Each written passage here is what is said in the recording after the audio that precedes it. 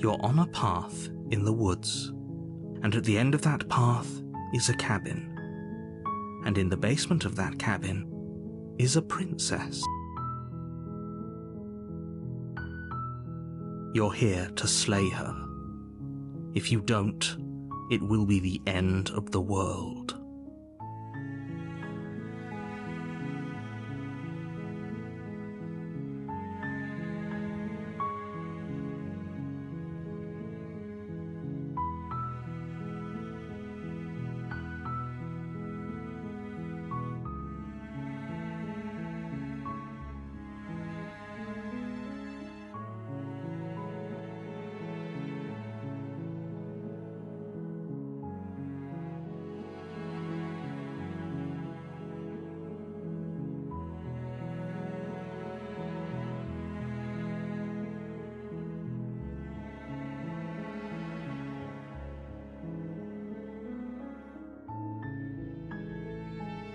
That's the spirit.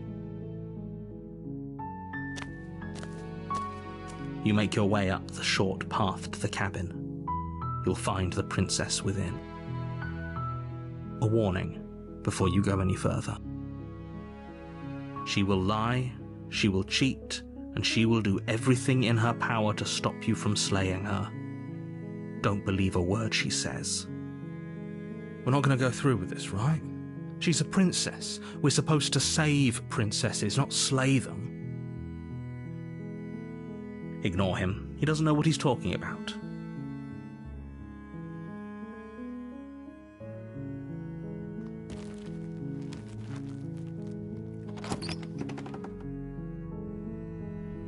The interior of the cabin is almost entirely bare.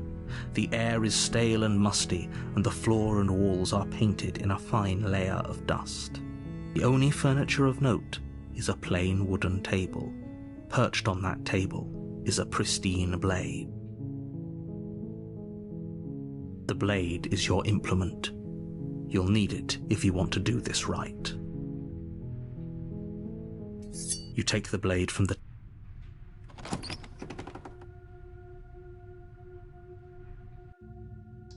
The door to the basement creaks open, revealing a staircase faintly illuminated by an unseen light in the room below. This is her voice carries up the stairs. Who's there? She sounds dangerous. It's almost as if she's the one in charge down here. Don't let it fool you. It's all part of the manipulation.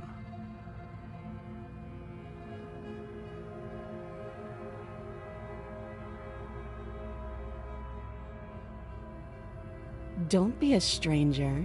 And it's been so long since I've had any visitors. Come on down. You walk down the stairs and lock eyes with the princess. There's a heavy chain around her wrist, binding her to the far wall of the basement. She's so coldly beautiful. Is she really a threat to the world? Focus on the task at hand. And there you are. Are you here to kill me or something?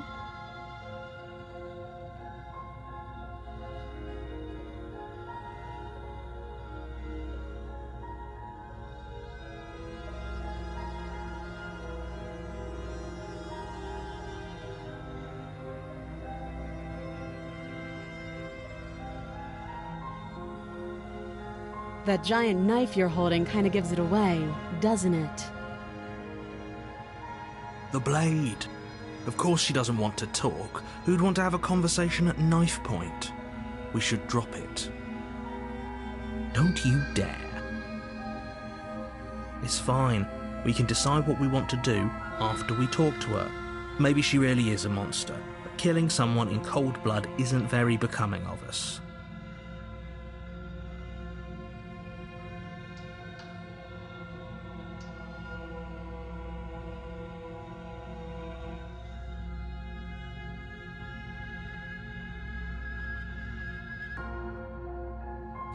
You ignore the trembling in your hands and tighten your grip on the blade.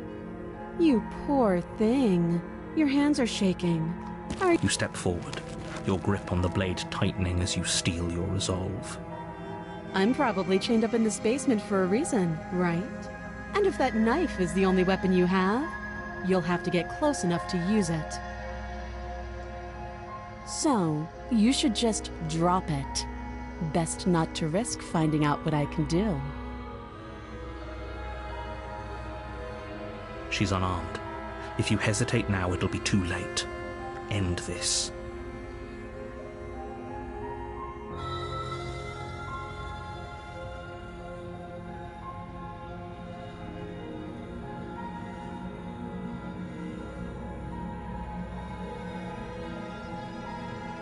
You go into this expecting to die, you're going to die.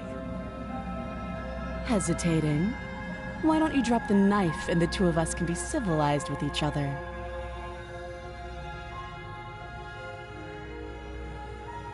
Then I'm not talking to you.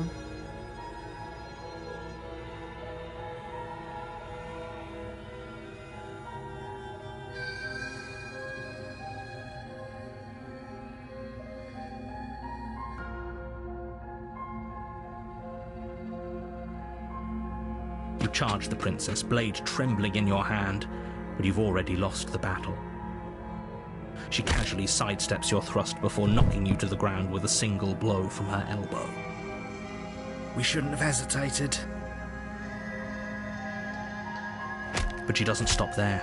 She kicks you a few times for good measure, the pointed tip of her shoes feeling like a pickaxe against your fracturing bones, making sure you stay down.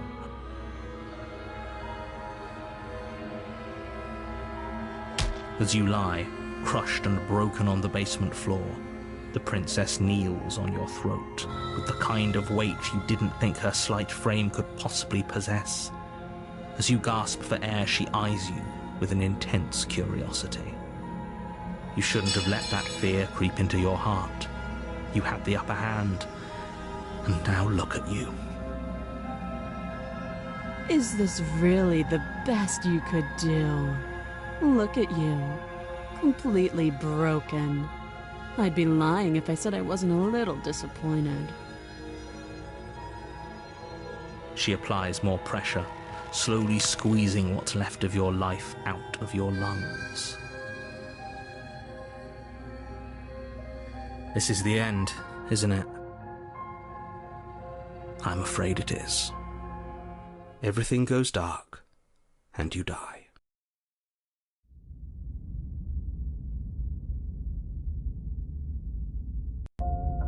You're on a path in the woods, and at the end of that path is a cabin. And in the basement of that cabin is a princess.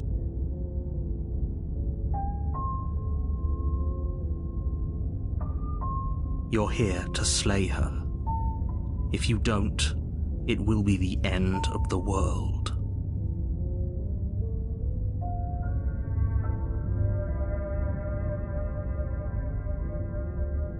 Again?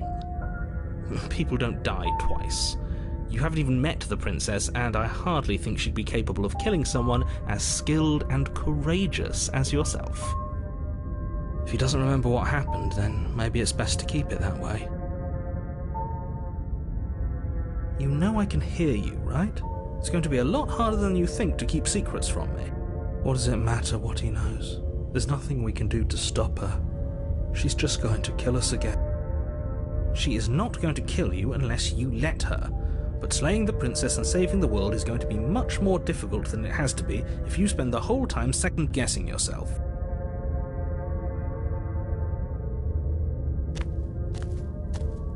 A warning before you go any further. She will lie, she will cheat, and she will do everything in her power to stop you from slaying her. Don't believe a word she says. We might as well just pledge ourselves to her and stop pretending we're capable of doing anything in this situation. She probably doesn't even need to try to overpower us. Can we tone down the pessimism just a smidge? I'm not being a pessimist. I'm just being realistic. You're being annoying. Just ignore their bickering, and whatever you do, don't pledge yourself to her. I cannot stress enough how absolutely catastrophic that would be for everyone, yourself included. I agree. If she's wrongfully imprisoned, then we should rescue her, but if he's telling the truth, we shouldn't just hand her the world on a silver platter. Rescue her? Given the stakes of the situation, there isn't really a difference between rescuing her and pledging yourself to her. Either would be terrible. So please try to ignore both of those knuckleheads and focus on saving the world. Let's not make this harder than it has to be. If that's what you want, I guess I don't have a say here.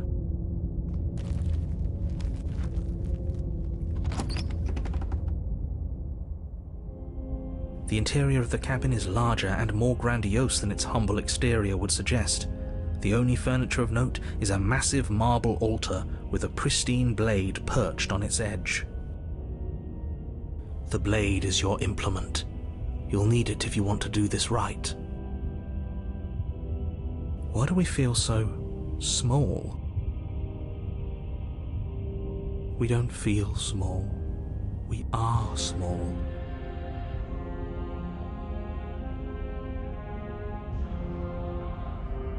You take the blade from the altar. It would be difficult to slay the princess and save the world without a weapon.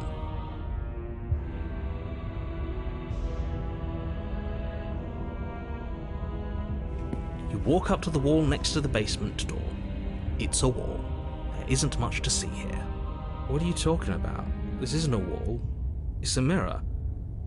Or at least it'll be a mirror once we wipe off that layer of grime. You reach forward and rub your hand against the cabin wall. I hope you know how ridiculous you look right now. We should count ourselves lucky. Some things are better left unseen.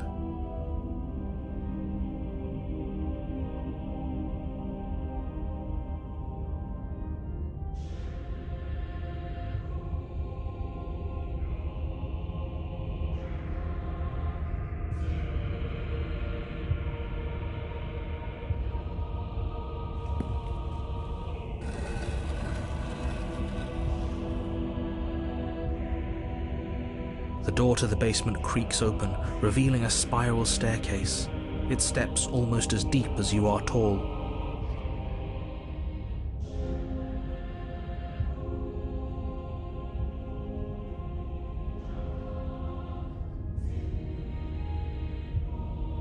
Huh. This is actually kind of nice. It's still a stone basement. If the princess lives here, slaying her is probably doing her a favor. Her booming voice rolls up the stairs. Is that a guest I hear? Don't linger on the stairs. Come down and witness me. You weren't kidding when you said it was booming. She wasn't like this last time. We need to get down there. She wants us to see her. We need to see her. Should we be worried about your sudden change in attitude? Just a few minutes ago you were going on about how pointless everything was. Now you want to go down there. It doesn't matter what that little voice says. He's not the one making the decisions. Though if his ramblings get you to the princess, they get you to the princess.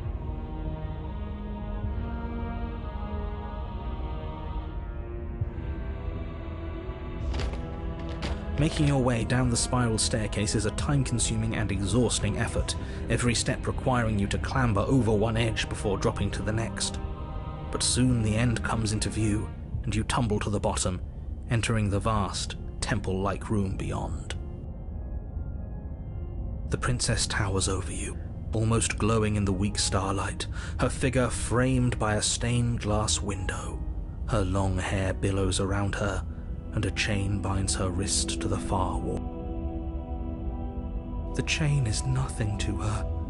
It might as well be a toy for all the good it would do. I told you it was pointless to resist her. The little bird has returned to me. I wonder what he wants.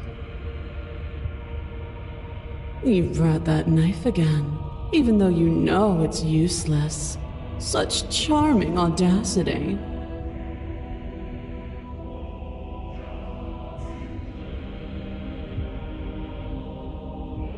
Drop it. As if on command, the blade slips from your grasp. It clatters uselessly to the floor. But we didn't drop it. We decided to grip it tighter, remember? Are you really just going to let that happen to us? I have a duty to report facts as facts, and the fact is that you dropped the blade. Of course we dropped it. She's so much more than us. You wouldn't understand what it feels like to be in her presence. Oh, I understand what's going on, and you'd better snap yourself out of it. Kneel. Oh, are you still trying to defy me? I said kneel. Your legs buckle, and your knees hit the floor. That's my good little bird. Now, why don't we talk? The last time we met, you couldn't even scratch me. And yet here you are again, trying to succeed where you've already catastrophically failed. What draws you back here beyond the empty halls of death? Speak. The last time we met? I suppose that lends credence to our conversation in the woods. Still, whatever you do, don't tell her why you're here. It's best not.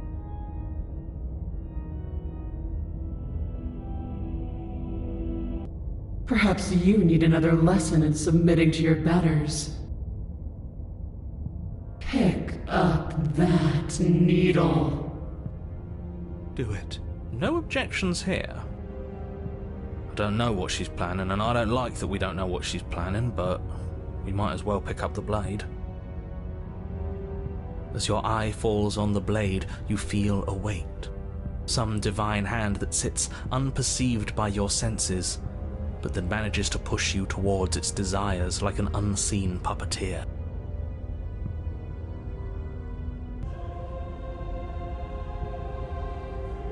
You reach forward and grasp the blade. Stand.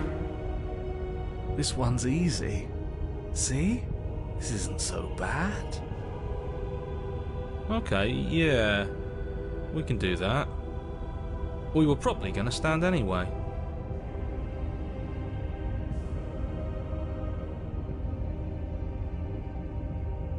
You can feel a creaking tension between body and will as you slowly rise to your Self-voicing feet, like enabled, two foes self-voicing forced into an disabled. unhappy truce. The princess eyes you with soft contemplation. The moment seems to last a lifetime, the silent anticipation of what's to come dragging out the long, painful seconds. But all silences are broken eventually. To defy me is to claim we stand on level ground. We do not. You are quiet shadow, while I am brilliant radiance. Take that knife in your hand and slit your throat. What? You don't have to listen to her. You're armed. Just steel your nerves, step forward, and end this. Oh, we'll end this all right. Your hand lifts the blade and brings it towards your throat. Okay, I apologize for the unclear language. End her.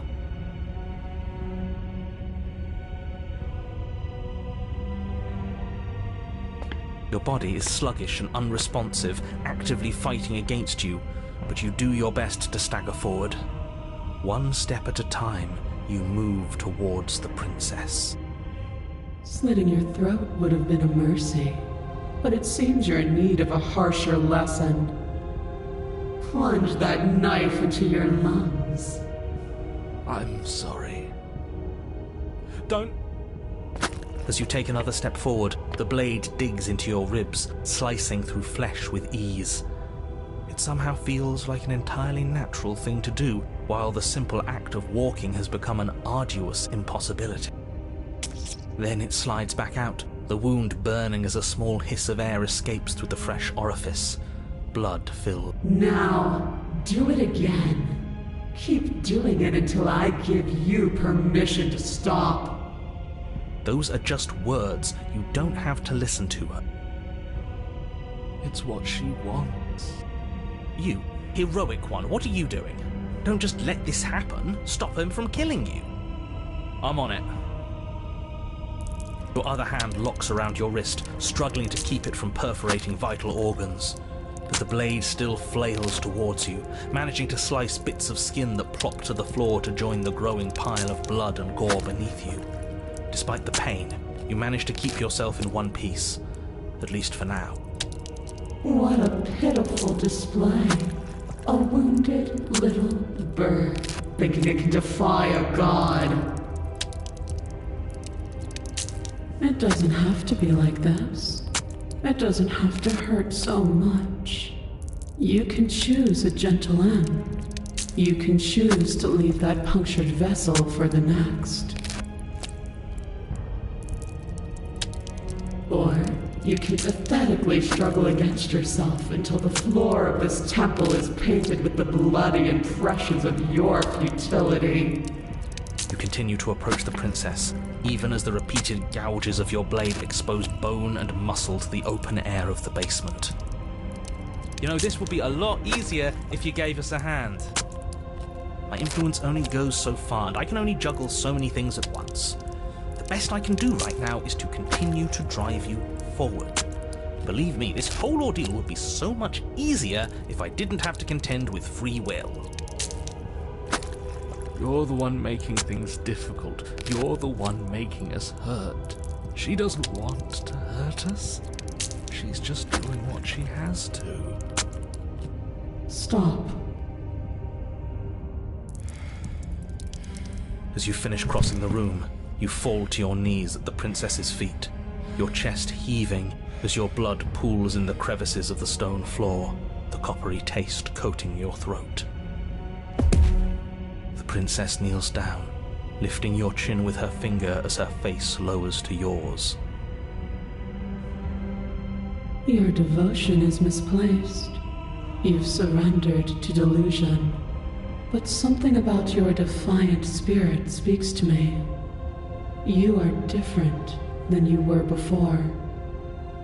Perhaps, if you've learned your lesson, I can spare you from the release of death. There's a place at my side for you, if you'll have it.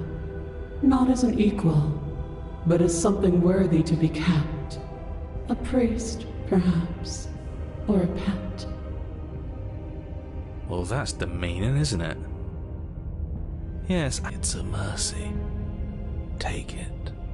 I think he's given up whatever say he had at the start of all this.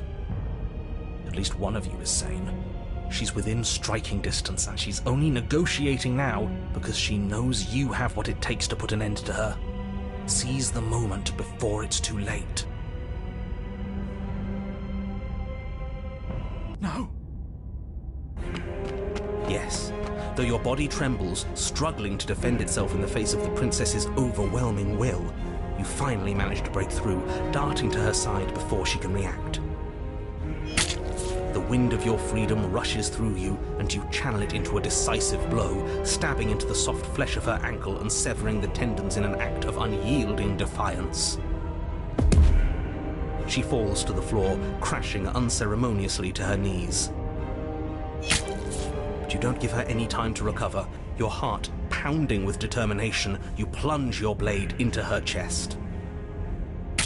As you find your target again and again, she laughs, crude emotion breaking through her once stony composure as your blade cuts her flesh. We can do this, can't we?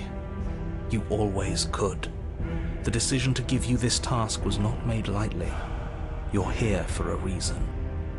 It's not too late to pick up the pieces. It's not too late to toss that blade aside and beg for forgiveness. Shut up.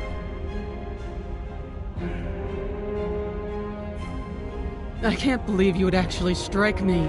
You heathen! You worm! You defiler!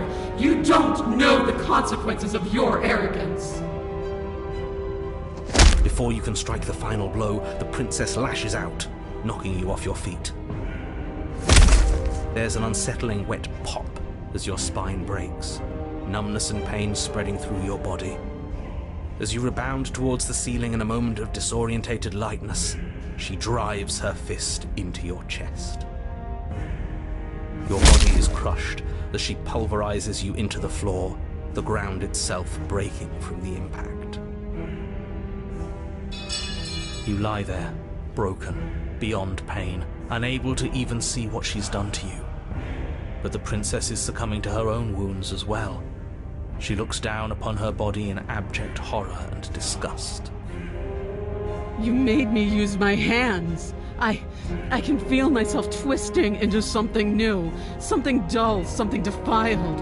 What have you done to me? You're monsters and conspirators. I can't bear to watch this.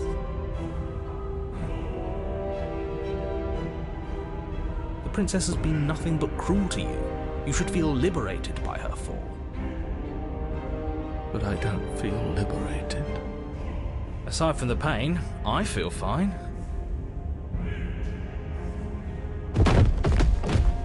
She collapses to the floor.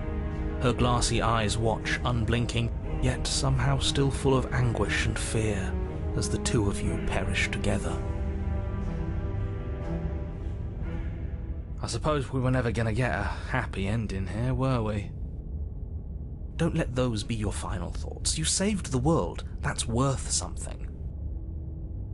I guess. Regardless of how you feel about it, it's finally over. Thank you. Everything goes dark, and you...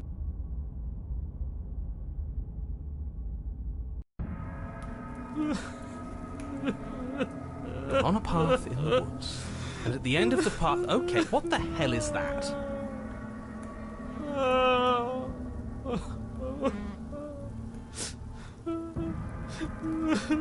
I think he's upset.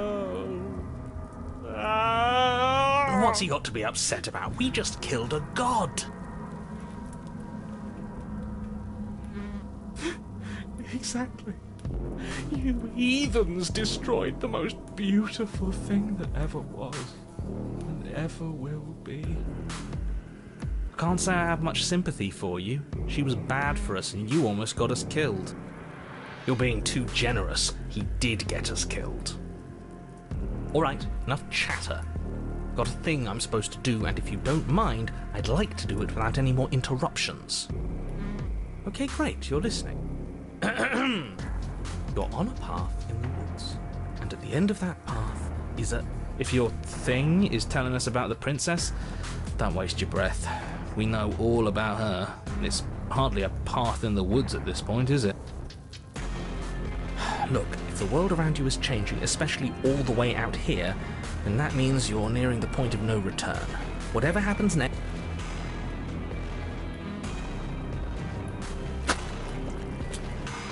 Good, we're all on the same page. It isn't long before you find yourself at the end of the path, staring up at the cabin on the hill. You'll find the princess within, as I'm sure you already know. End her. That's it? No final words of advice?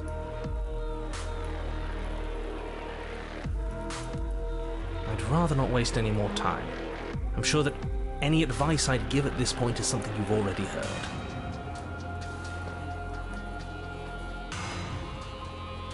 If there's still a princess at the cabin, maybe we can salvage things. Maybe if we just grovel and apologize, things can go back to how they were before.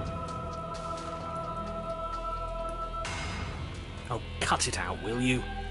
We need to be tough right now, and you're making it so much harder than it has to be, so stop whining.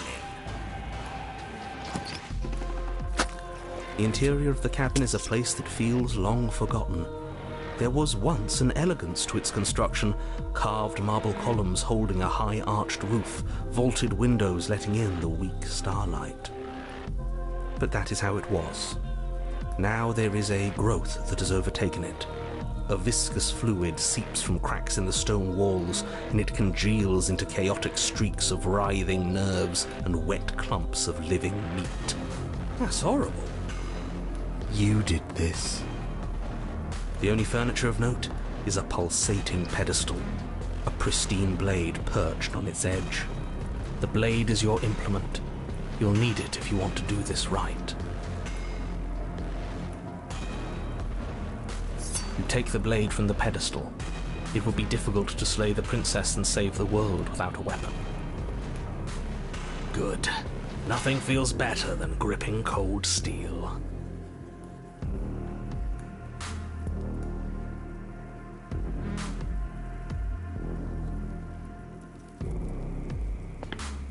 You step forward and approach the door to the basement, hesitating before you open it. Almost as if you don't see it. But you must, because it's right there in front of you. All we see is a damn mirror. It really is just like last time. Are we really hallucinating? Why here? Why now? Smash it. Smash it to pieces. It's the only thing keeping us from her. Don't you want to know what we'll see in there? We won't be able to see anything if we smash it. Nah, I'm with him on this one. Smash it! Let's get violent already. Do whatever you want with it. The mirror isn't real, so how you handle it doesn't matter, aside from wasting dangerous amounts of time. You bring your fist crashing down against the door leading to the basement. As if on command, it slowly slides open, scraping against the stone floor, its ancient hinges moaning as it reveals the dim path ahead. Why am I not surprised? You step forward into the darkness. The stairs leading down to the basement are at once both narrow and grandiose. A high-vaulted ceiling stretches up into a gloom beyond your sight, while walls wet with tumorous growths press in uncomfortably at your sides. You feel both unprotected and trapped, at once exposed and claustrophobic. The air is thick, its odour an oppressive violence, the metallic scent of fresh blood twisting with the nauseating embers of charred remains. If the princess lives here, slaying her is probably doing her a favour. Her voice, a bellowing rage, roars up the stairs. Was severing the tendons of my ascension not enough for you? Was it not enough to rend my divine heart?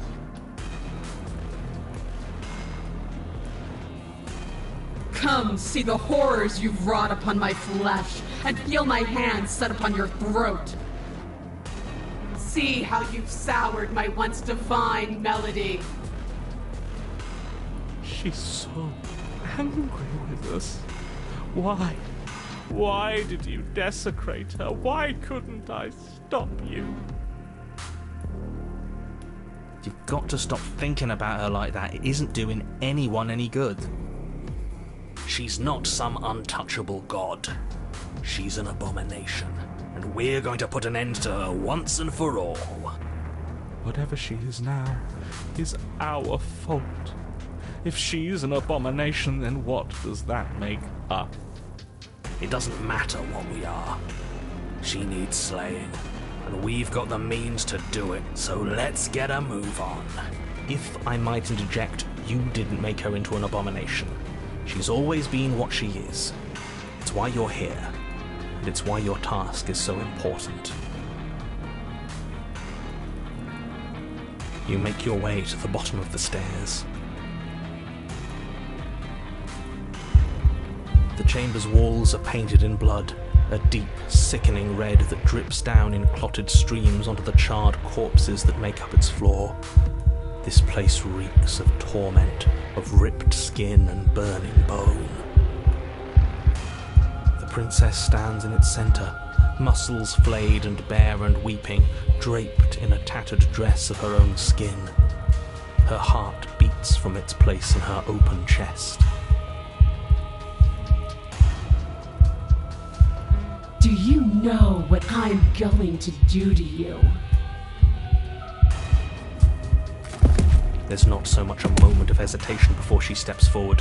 Her chains pull taut, holding fast as she strains against them. The cuff around her wrist digs deeper into her skin. Blood drips from the place where metal meets flesh. And then, with a nauseating sound, the skin tears. It plops to the ground, and she pulls her red, glistening arm free from her bindings. She is loose, and she is coming for you. Let her end it. It's the punishment you all deserve for what you did to her. It's the punishment I deserve for letting it happen. Screw that. We can win. We've done it before and we'll do it again, only this time we'll make it out the other side. Hell, she's practically done most of the work for us.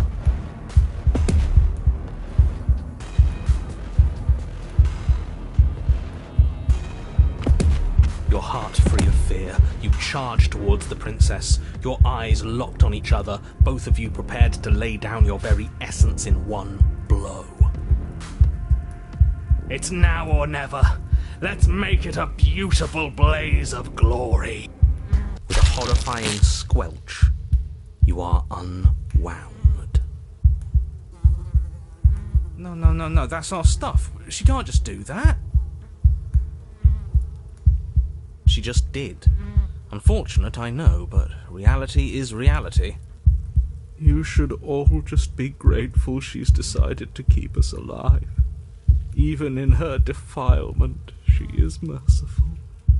We're not out for the count just yet.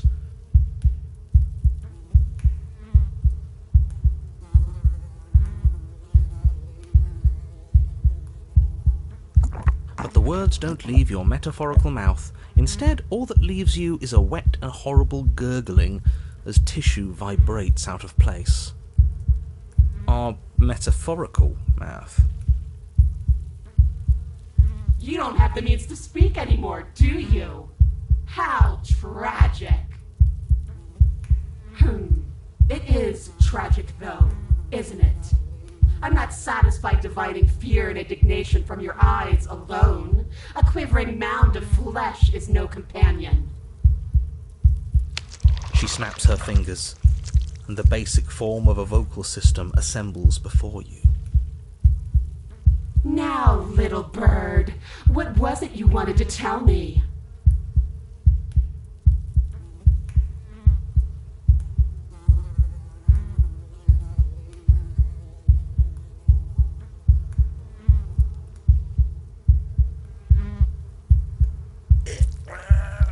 Oh yes, because begging is going to help with this one. It's better than the alternative. She's in control here. Without her mercy, there's nothing we can do. I don't think she wants to give us mercy. I didn't think I'd see you begging so quickly. How pathetic. In another life, I might have even thought it was adorable. But all it does now is fill me with contempt. Just submit already. What is there left for us to do? Skin flayed and organs flapping, you charge towards the princess.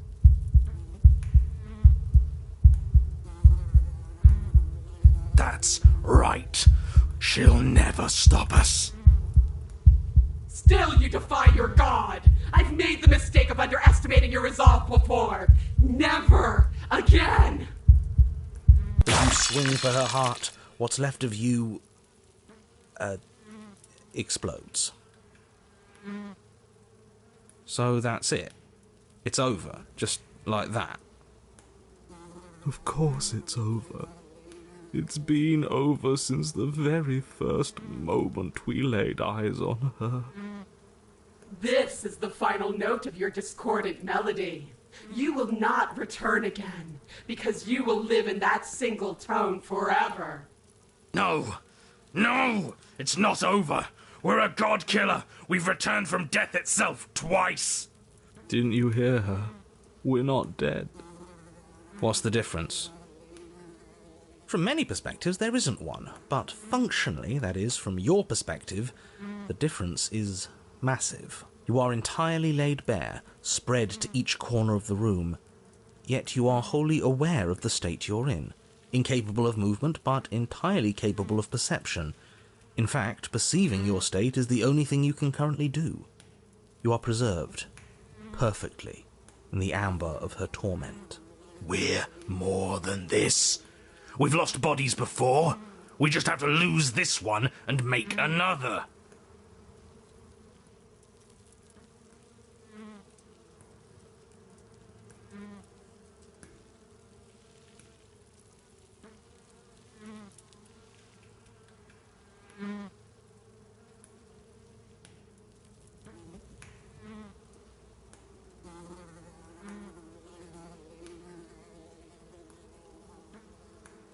Who said anything about getting to a new cabin? No, we make something new here.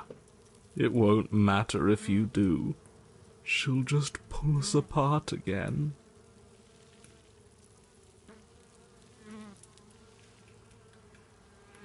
And preferably, we make something without him.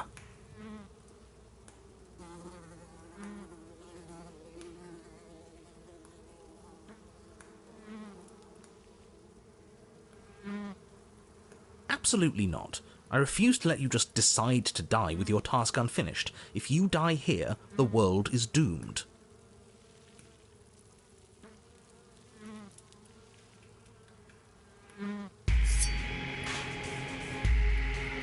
Your Honor, where the hell are you? Are you already at the Princess? This place is different. Rotten. Death all around us. I want to go back. So you've returned already, and I remain here. Is this our final destination? The Princess tilts her head to look at you, and with a gesture, you are unwound. Again? Already? Clearly I left you with too much room last time. Perhaps this cell will hold you better. You know what to do. Again.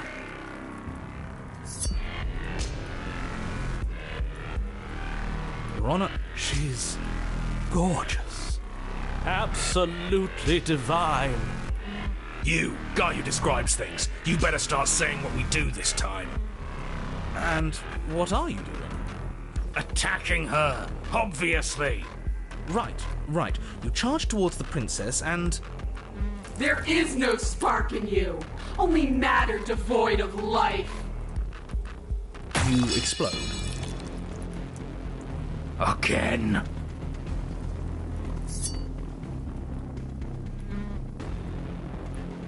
You're on a path. We are not on a fucking path. I have no idea where we are. We're in the middle of a fight, so act like it. So you are. Okay, you dive towards the princess and we're unwound. Yes, her head swivels creakily on her neck, fire in her eyes as your body unravels with blinding pain. No! Again.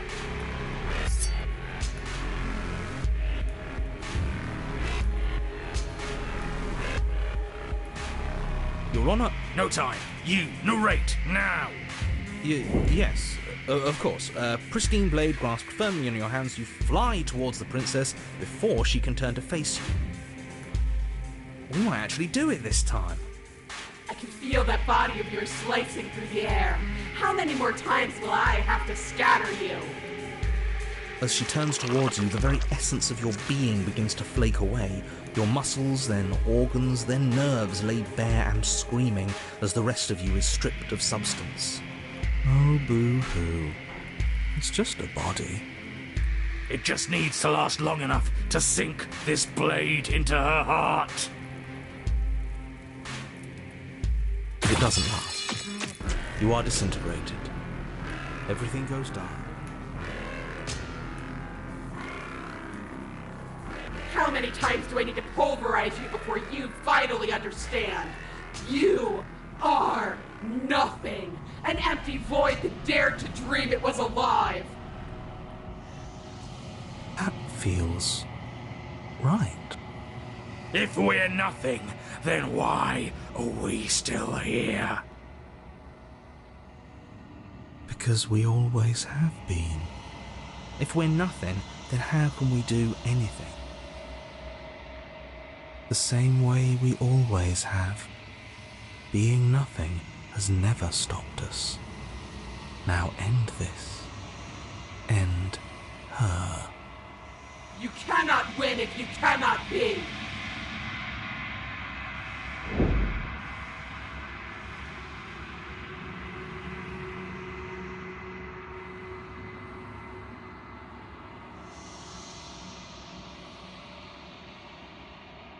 How? I've scattered the atoms you clung to and there is nothing there to find. You can't exist!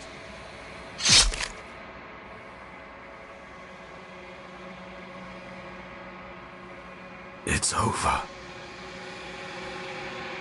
Oh, I think I understand you now. I'm sorry. I didn't mean to do the things I did to you. I don't think I knew what I was doing. She sounds genuine.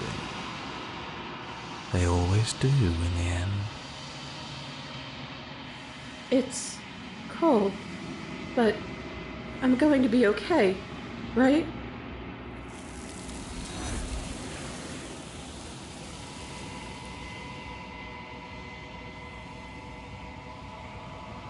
She's gone.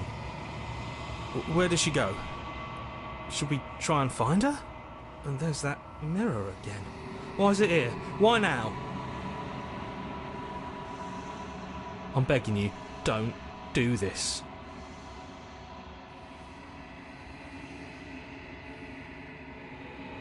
This doesn't feel right. It feels different. Final. Screw the mirror. We just need to find the princess. Ignore the cowards.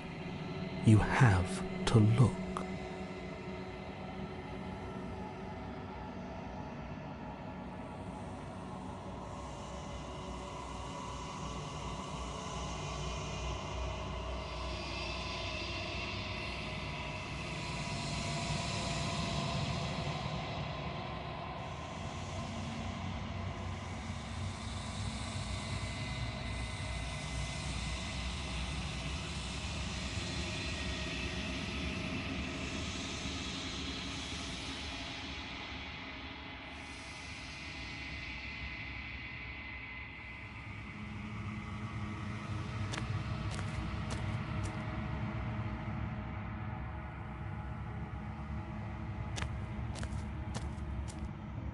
Something finds me in the long quiet and brings me the gift of a fragile vessel. I am solitary lights in an empty city. What are you?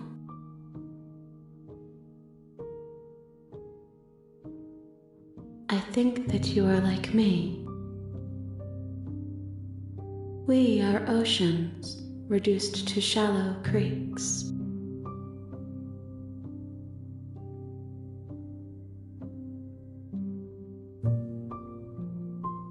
Yes, nerves and fibers to feel the worlds beyond, perspectives to make my own. This one is desecration. She placed the weight of her agony on you, yet it is she who unwound herself. And empathy buried under her unfeeling skin, she will make for a weathered heart. Do not mourn her. She has finally found peace. How can the world have ended if we are talking?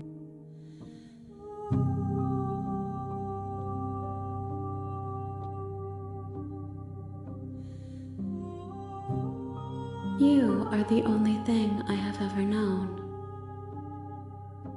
The space we're in is vacant. Nothing comes here but us.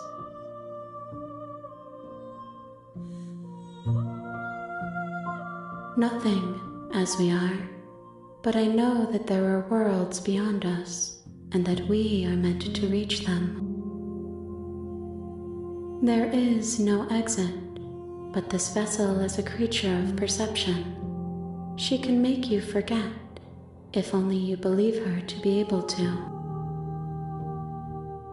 Bring me more perspectives so that I may be whole, and perhaps then we will know our freedom.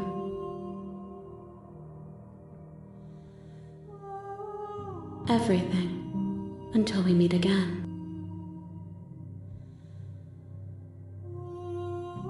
I have not lived.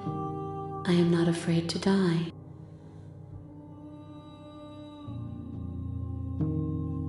She asks that I tell you to remember her.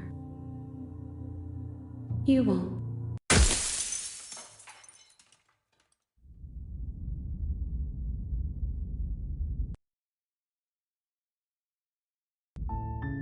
You're on a path in the woods.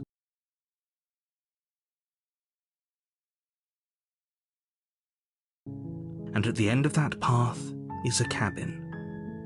You're here to slay her. If you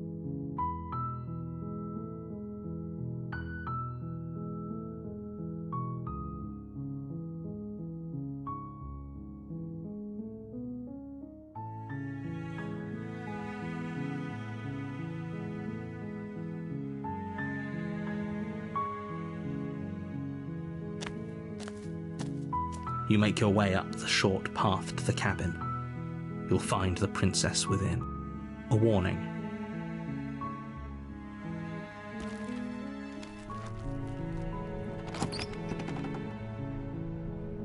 You take the blade from the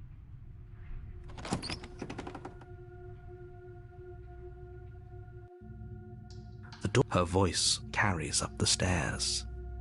Who's there? She sounds dangerous. It's almost as if she... Don't let it... Oh, it's been so long since anyone's come down here. I was starting to think they'd forgotten about me.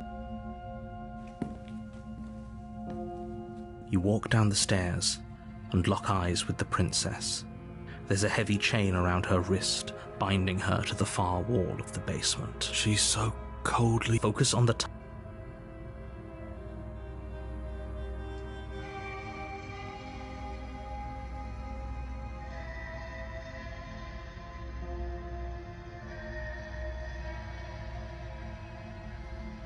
Then drop the knife. We should. It'll go a long way to building trust with her. Don't you dare. It's fine. We can decide what we want to do after we talk to her. Maybe... The blade tumbles out of your trembling hands and drops to the floor with an unceremonious clang. Thank you. Maybe now we can just... talk. Against your better judgment, you step forward to speak with the princess face to face, unarmed. We'll be fine. I don't know what you're hoping to accomplish here, but I can assure you there's no reasoning with her. Just make sure you don't forget about the blade on the floor. You're going to need it. So here we are. What an awkward start to a relationship.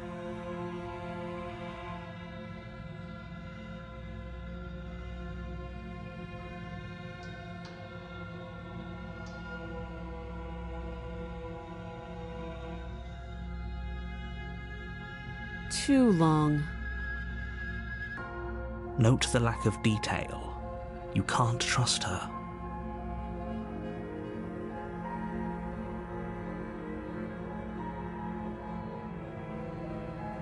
She hesitates before answering.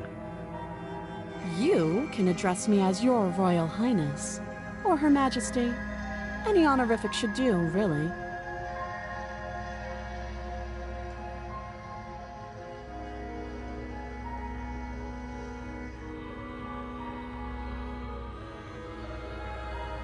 Again, she offers no specifics. No matter how hard you try, you'll never get a straight answer out of her.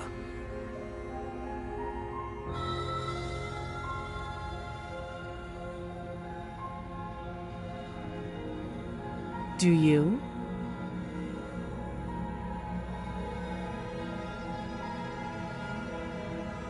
You're lying. How does she know that? Don't think that just because I'm the one in chains, it means you have a right to interrogate me.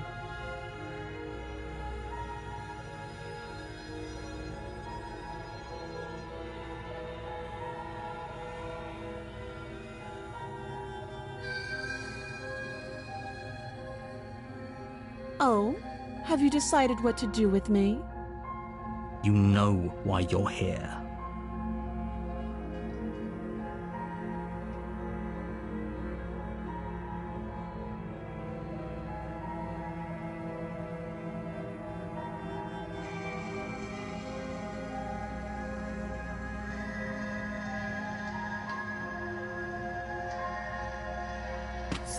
Doubt, unfortunately, clouds your thoughts as you attempt to run her through. A moment of distraction and hesitation is all she needed to sidestep your thrust and deliver a catastrophic blow to your jaw. It feels like you've been hit with a sledgehammer. Holy shit, that hurts! Though she's unarmed, the shock of that first strike is enough to stagger you, putting you and the princess on somewhat equal footing. Your blade slashes through the air again and again, and her fists connect with your body as many times or more, each impact as heavy as that first bone-crushing hit. We can still turn this around.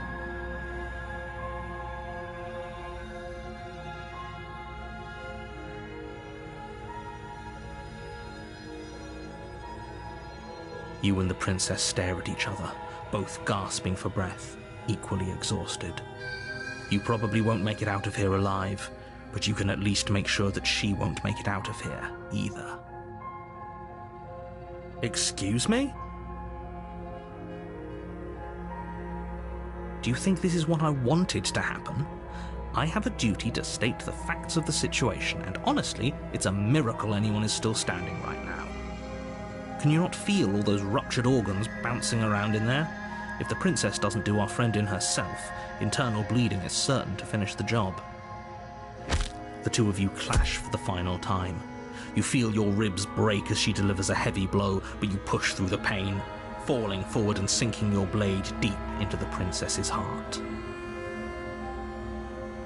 Oh. The two of you fall to the floor.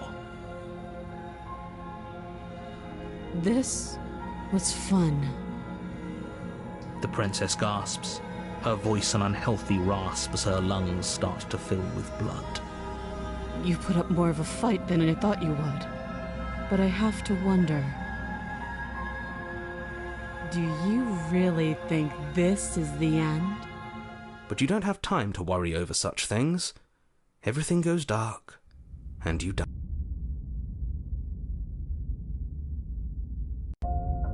You're on a path in the woods, and at the end of that path is a cabin. And in the basement of that cabin is a princess. You're here to slay her. If you don't, it will be...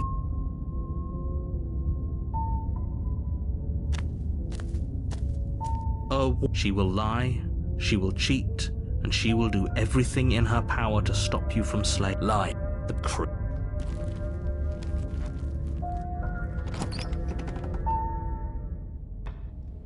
The cabin is tighter than it. The blade is your implement. You'll need it. You take the blade from the altar. It would be difficult to slay the princess and save the world.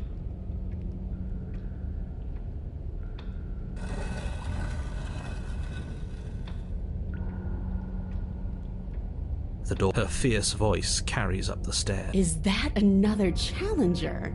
Finally. It's been ages since I've had a good fight. This isn't what she sounded like last time. Her voice is a little deeper, almost threatening. Good. Sounds like my kind of princess. As much as I appreciate the enthusiasm, just make sure you don't let your bloodlust get to your head. You need to stay focused and keep your wits about you. Remember, you're here to slay the princess, not to have a good fight.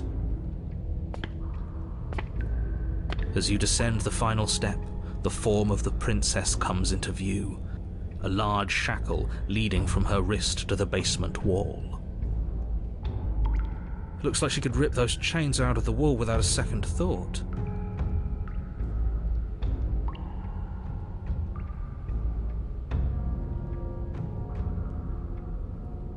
Oh, it's you again. I've been hoping you'd find your way back here. Good to see that death doesn't stick for either of us. And you brought your little knife, too. Yes! I'm going to have fun breaking you into little pieces.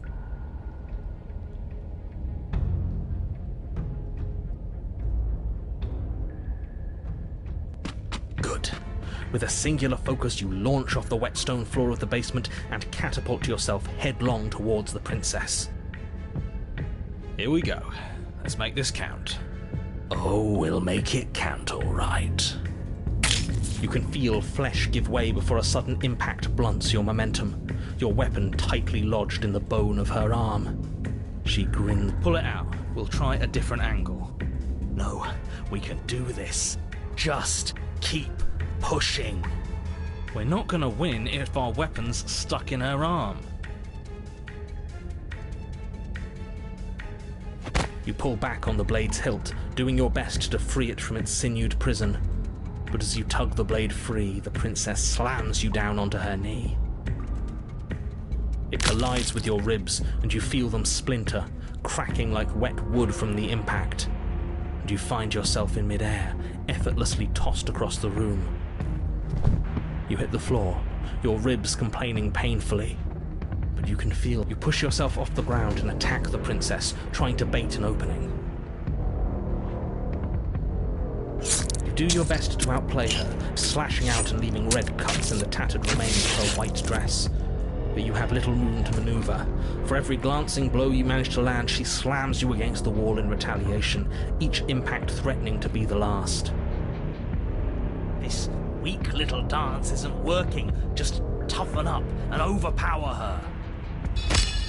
She's throwing us around like a ragdoll. I think overpowering her is a little out of the question. Did you think you could stop me with a few cuts? All this dancing around is doing nothing but annoying me. I own this place, and I own you. The princess's arm shoots forward, her palm wrapping around your head, fingers gripping your skull.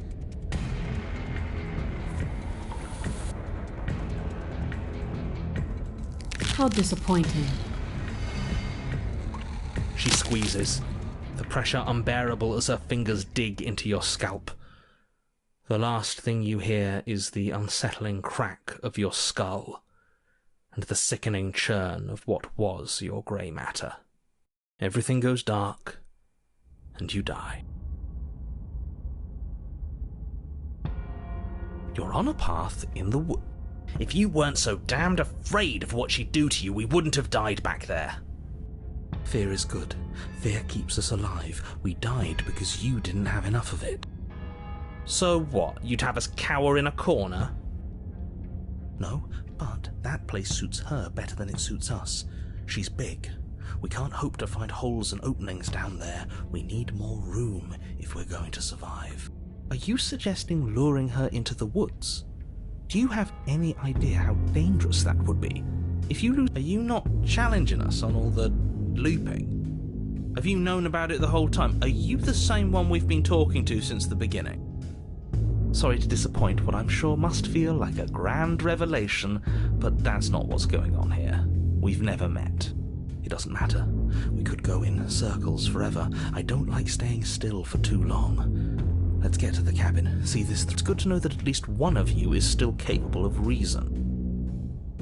We may have the same destination, but we're not the same. You are still an other, and I don't trust you.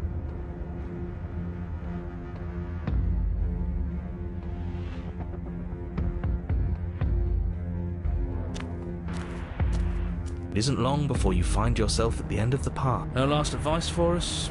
No words of warning? From what I gather, you've heard it all before. There's no use screaming into the wind. I don't know, screaming sounds pretty good right about now. I could use a little catharsis. Catharsis is for when we're finished. For now, we need to hold it out in front of us, something to chase.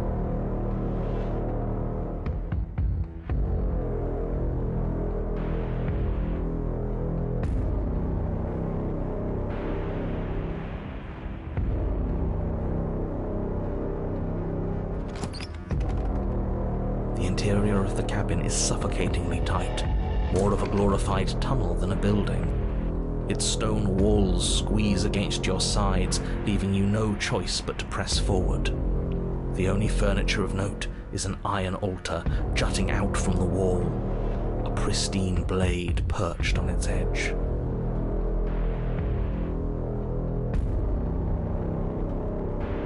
The blade is your implement. You'll need it if you're going to do this right. See? We have even less space than before. We need space or she'll kill us. And the only space is out there. Take it.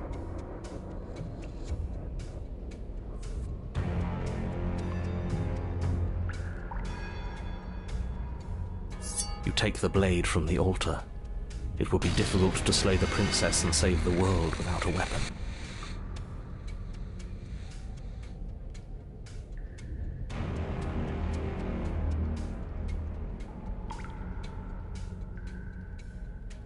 Good. There's no overcoming her without it. We need every part of us to survive, and that steel claw is as much a part of us as any.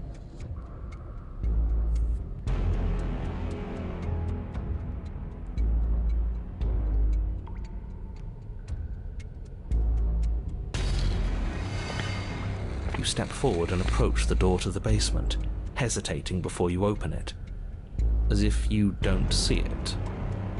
All we see is a damned mirror. It's a bit grimy. Why don't we wipe it clean? You reach forward and drag your hand across the door leading to the basement. As if on command, it slowly slides open, scraping against the floor as it reveals the dim path ahead. Before you is what may as well be a sheer cliff face.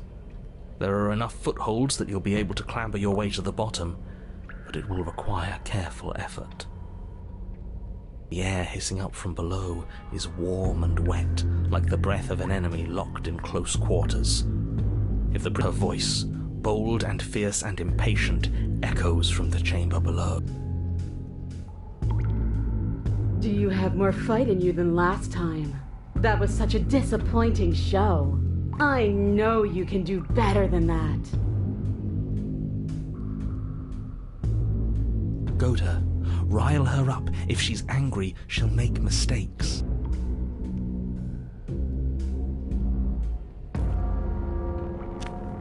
You've nowhere to go but down. You start the difficult journey, gripping the stone, lowering yourself foot by grueling foot. But soon, there is solid ground beneath you. Remember, every crack and crevice will need to be faster than her. You turn to face what lies at the end of the narrow tunnel. The princess, imposing and tightly muscled, grins back at you from the darkness.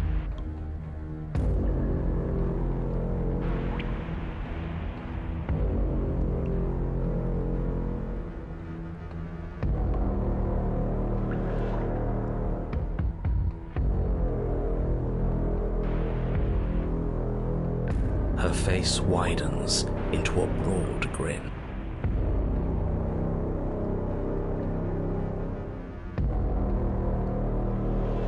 There you are, knife in hand. How thrilling! Attack me, bleed me, twist the blade in my flesh, break your bones against my body.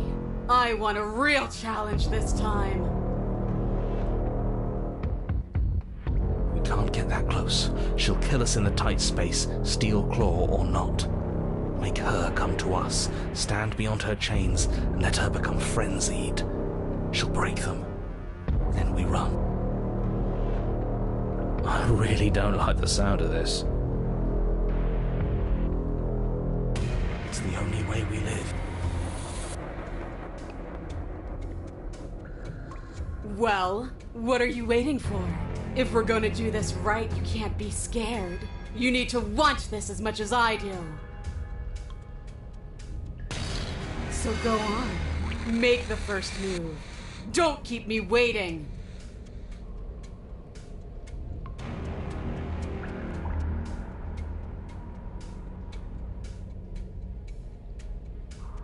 The princess scoffs. Oh, you're up to something tricky, aren't you? You're teasing me with what I want, but I'm sick of waiting. I'm not going to let you give me another bad fight. I'm going to get what I want. Bloody desire in her eyes, the princess rushes forward, ignoring her chains as they bend and snap. Run. Without hesitation, you turn back the way you came and scramble up the ledge towards the tunnel entrance. As you near the top, hands desperately clawing at jagged stone, you glance back. The princess is right on your heels. She doesn't bother to scale the wall as you do, instead digging deep into the rock of the cliff face with her fingertips in her rabid pursuit. Anywhere you go, I will follow. Good. You reach the ledge and hoist yourself up into the tunnel, the cabin door finally in sight, at once within your grasp and infinitely distant. What is all of this for? What's the point? You and I are always going to end in violence, so why bother to run? I know what I am. Why can't you be the same? Little bird, where do you think you're going? We're almost there. Don't think about almost. We're there when we're there. And we'll take the fight with us. Your skin hums tight with adrenaline as you burst through the cabin door and roll onto the grass. You glance back at the cabin as the princess, singular in her desire to destroy you, explodes through the doorway. You are walking a dangerous path. If you waver once, it's all over. So get it. There's nothing left to slow me down. Do you think this is better for you? Do you think this space gives you an edge? Then show me! Show me that you've been worth all the room you've taken up in my head! Do it! Be swift, strike true, be where she's not, let your body move you.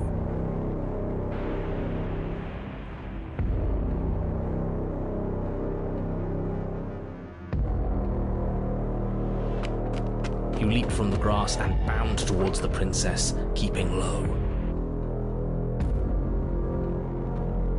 Charging me head on? Brave and foolish. Her body braces for impact, anticipating the clash. History. Self-voicing disabled.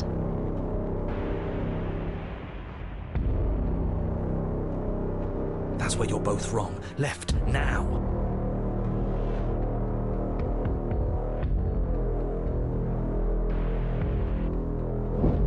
As the princess strikes, your body swerves to the left. She overextends, stumbling as her balance shifts unexpectedly.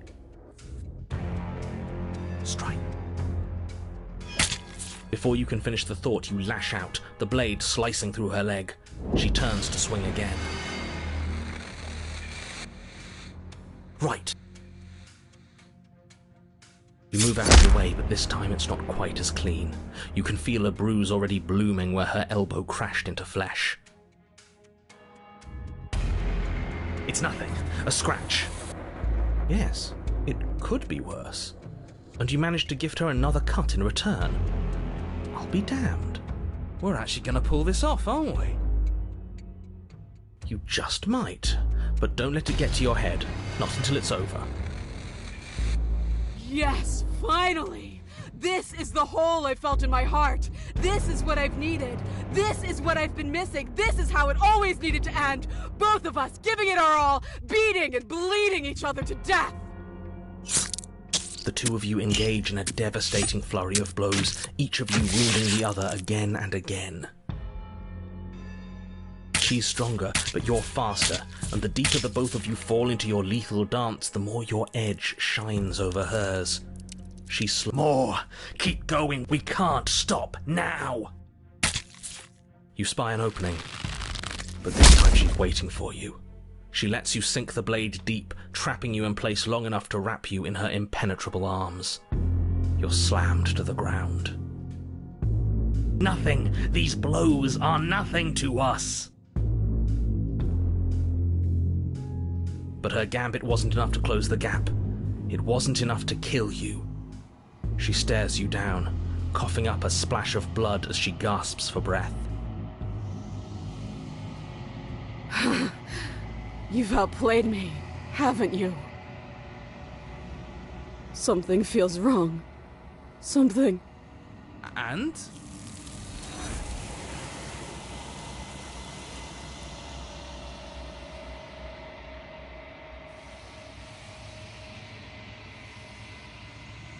She's gone. Where does she go? Should we try and find...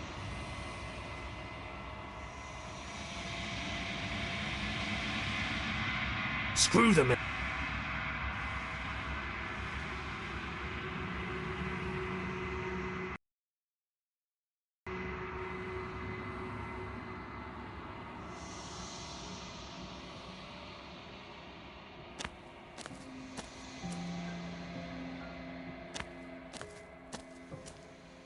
Flickering lights in empty cityscapes become pockets of vitality and movement. I am more than I was before. Whenever you are ready, I will wipe your slate clean once again.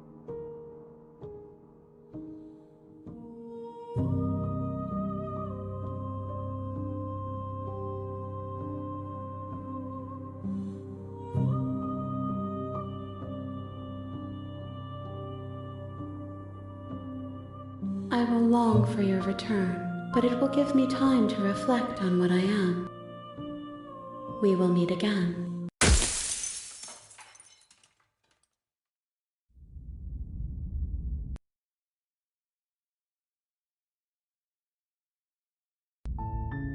You're on a path.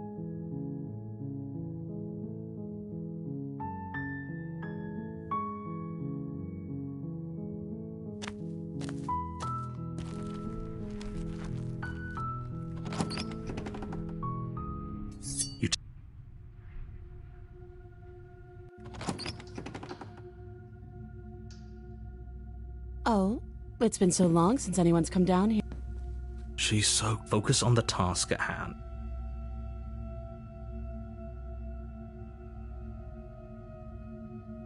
Then why did you bring a knife with you?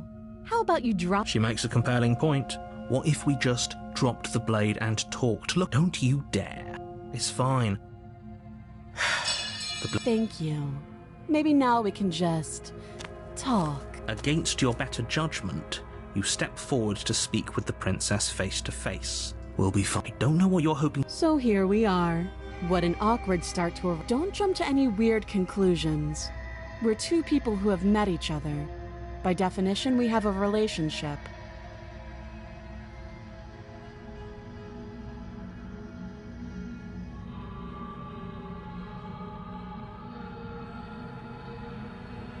You can't. Don't bother. I'm guessing you don't have the key then. I'm sure there's a key somewhere around here, and if there isn't, well, we can always put that knife to good use. Her sharp eyes settle on the edge of the blade. She isn't suggesting what I think she's suggesting. She is.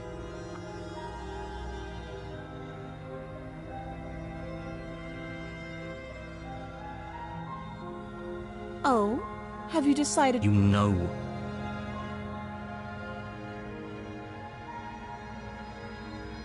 Oh, you have to be kidding me. You walk up to the chains binding the princess to the wall and give them a tug. They're large and heavy, far too solid for you to even imagine trying to break them apart. If you don't have the key, maybe you should go looking for it. I'm sure it's somewhere upstairs. Doubtful. Whoever locked the princess away down here intended for her to never see the light of day. They wouldn't have just left the key to her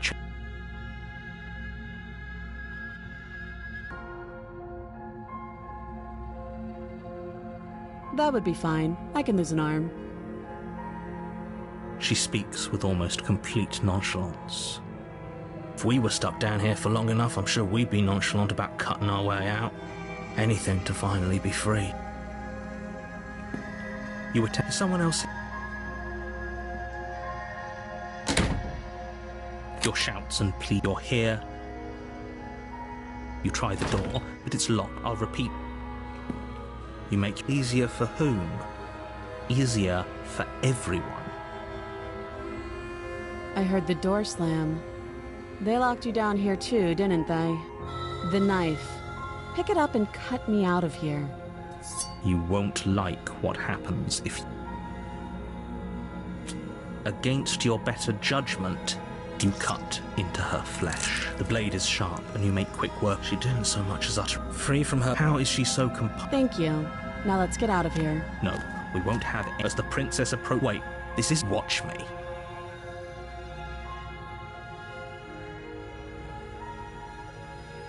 Stop that. I thought this was a little too easy.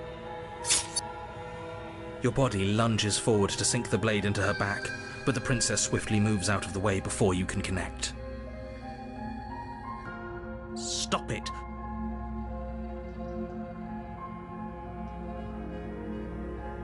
The blade.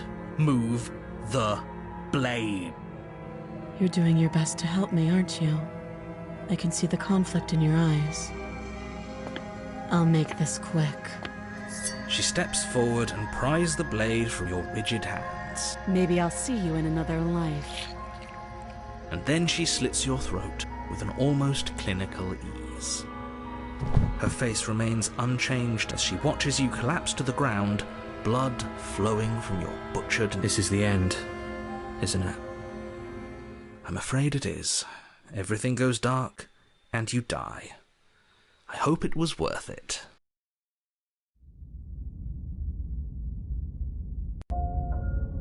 You're here to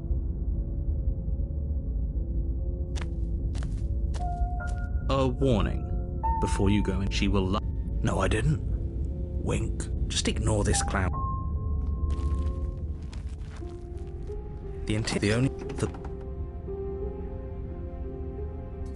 You take good idea. The door to her voice. Is that a visitor I hear? Please. I wonder what visitors she could be referring to. You walk down the stairs and lock eyes with the princess. She looks up at you, the heavy collar around her neck clanking loudly as she moves. The chains binding both her wrists to the far wall, joining the metallic chorus as she adjusts her hands in her lap. Should we be worried about the one around her neck? Why would you be... Have you noticed the... You step towards the princess, but she stops you before you get too close, holding up one shackled hand. There is fine. I'd prefer we keep some distance until we've sorted this out. That's reasonable. We do have a weapon. Might as well... You do as she asks and sit on the floor, still a good distance away from her. Thank you. Now, what are your intentions for me?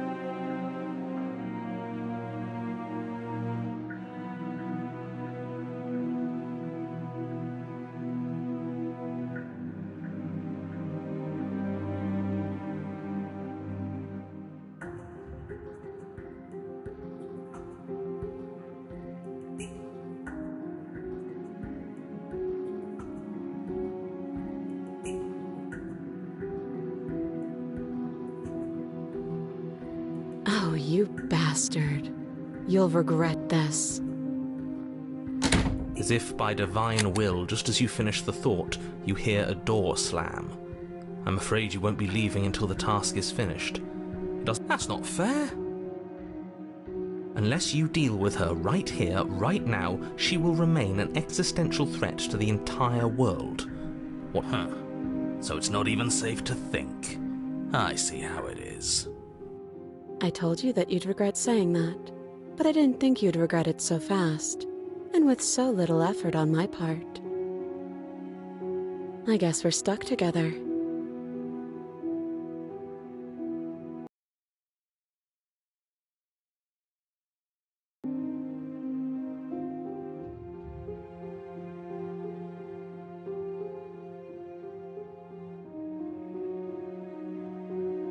You have everything you need to deal with her and save the world.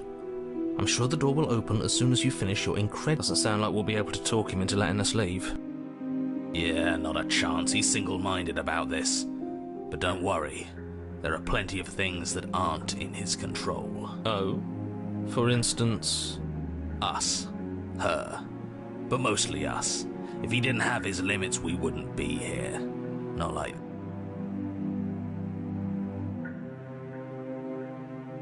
Sorry doesn't cut it. I am not a damsel to be helplessly murdered. As you move to strike the princess, she stands, in an instant there around your neck, both of you dropping to the ground as she pulls them taut, bracing her body against yours as you struggle uselessly. Drop it, or you die. I thought this was going to be a safe move, but she's going to kill us. Just listen to her, do what she says. How many times did I warn you she's not to be trusted? As your weapon falls pathetically to the floor, the princess releases you from her stranglehold, shoving you away with a swift kick. Your hands test the bruised flesh of your neck as you regain your senses, watching with a dazed expression as the princess snatches up the blade. I'm going to pretend for both our sakes that this was a round of make-believe. A trick to get me what I needed to get us out of here. That wasn't a trick. I'd have known if it were a trick. You just didn't have the guts to see things through and save the world. Or maybe we outwitted you. Who's to say? But I wouldn't try anything else if I were you. Don't push your luck. She pulls up her hair, smiling slightly, as she raises the blade to her throat. You can stay right where you are for this next part. What is she doing? She doesn't say another word as she cuts into her own neck. No. You close your eyes. That doesn't stop you from hearing every grisly detail. The splitting of skin, the wet mulching of severed veins, the grinding of metal against bone. I'll be damned. She's actually doing your job for you. Why would she do that?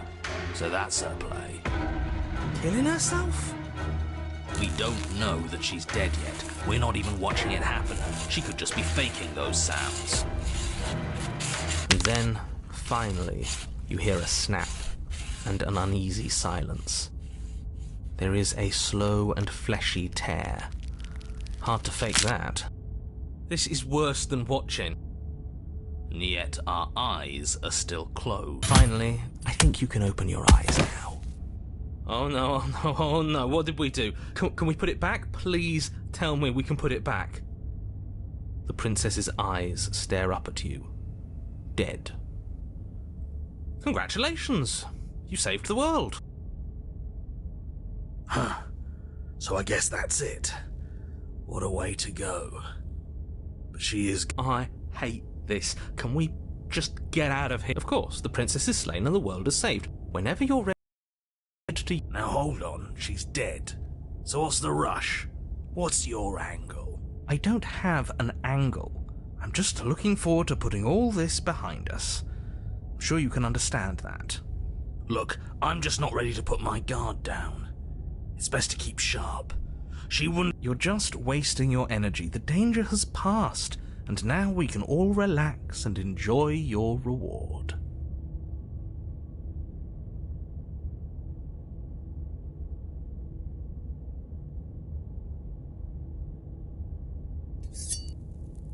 Ugh, fine. You pick up the princess's severed head, its neck stump still oozing bodily fluids. Then make your way back upstairs to the first floor of the cabin. Did you see that? I could have sworn she moved. She didn't. She's dead. But what if she's not? Are you listening to yourself? Do I need to explain to you why decapitation is lethal? The door to your bountiful reward is right in front of you. All you have to do is open it. You open the cabin door, ready to return to a world saved from certain doom. Only, a world saved from certain doom isn't what you find. Instead, what you find is... Wait, no, that's not right. Well played. This is the end of the world, isn't it? I always thought I'd at least have time to explain myself before I had to watch it happen. But it's already... Over? Is he gone? But we're still here. Maybe it wasn't the... Thanks for carrying me up here. I had to take it on faith that you would know what to do. I'm glad I was right to trust you. So, this is the outside. Maybe it's just my lack of body, but it's colder than I expected.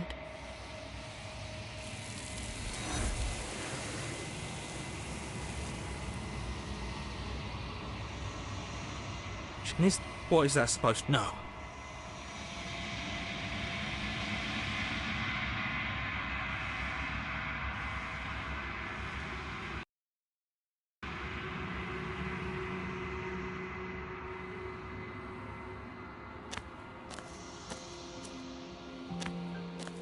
I am all of me is changing, and yet the rest of me is... I will be here.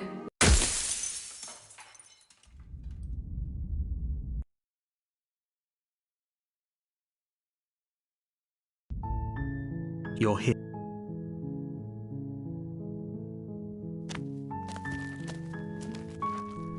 The interior blade. You take the...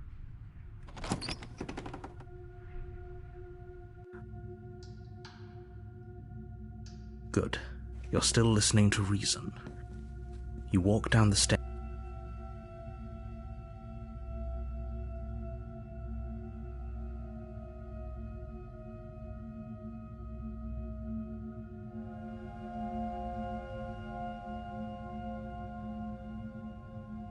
That isn't a good idea. Just drop the knife, and maybe the two of us can talk things out. She's right, we shouldn't. We should just... Don't you dare. It's far... Thank you. Maybe now we can just... Against you will be fine. Don't know what you're hoping to... So here we are. I know.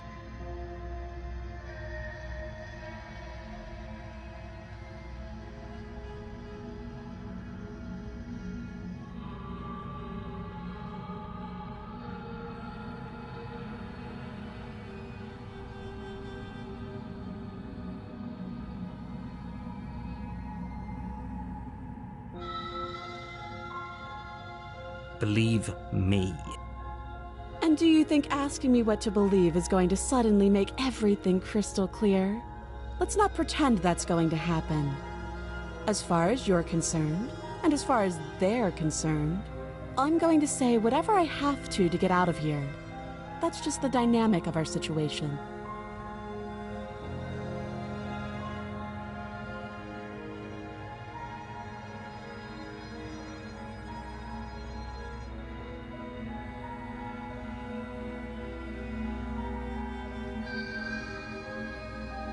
You can't. Don't bother. I'm guessing you don't have the key then. Well... Her shot. She is. Oh? You know.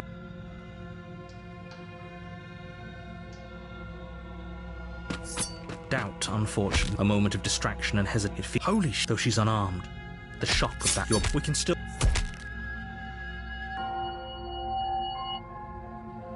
Are you... It's a good idea. Fine. You make a mad dash to the basement stairs. Do you really think you can just walk out of here? She steps towards you, ignoring her chains. They creak and strain as she pulls against them until finally they break. she's free. Hurry! You push your broken body as she closes in, and just barely you close the basement door, locking it behind. Okay, you settle in. It isn't long. I know you're still there. Why don't you make things easier on yourself and let me out? It's not like this little door will hold for very long anyways. She sounds terrifying. Like she's less of the princess you saw and more like something out of a nightmare. As she violently rattles the door, you do your best to shut her. When I get out of here, I'm going to pick you apart piece by... You don't know the kind of enemy you've made tonight. It doesn't sound like she's getting any weaker. No, it doesn't.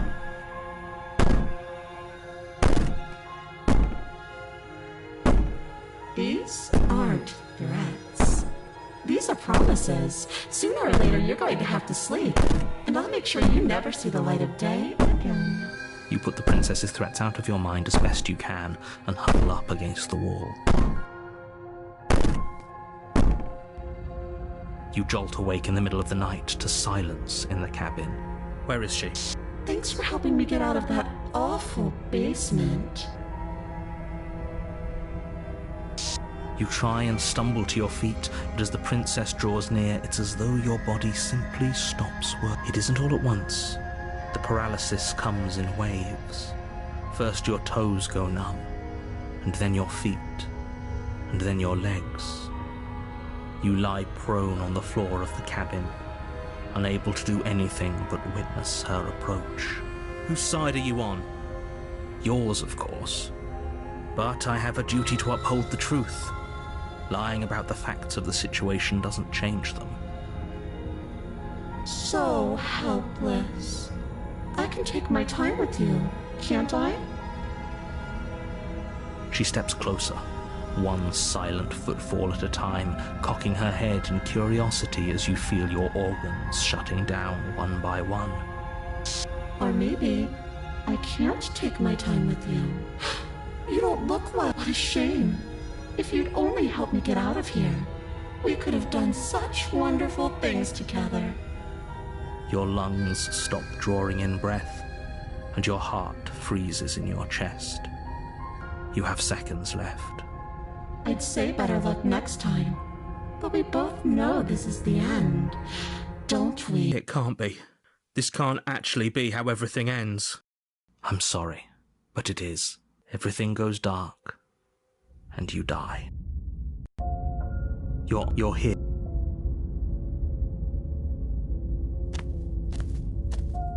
A warning. She will... I don't think... The interior...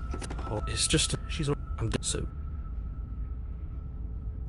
You... Good. Is it... Those...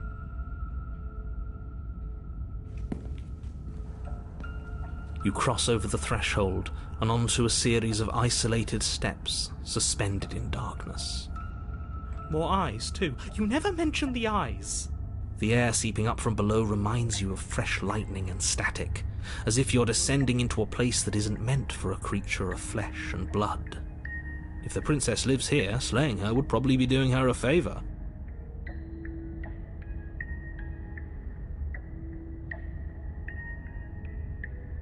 Her cruel and playful voice prances up the stairs.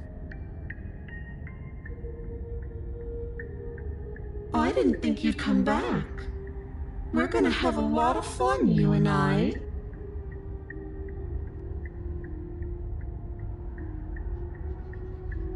Come back? She must have you confused with someone else. You really don't remember?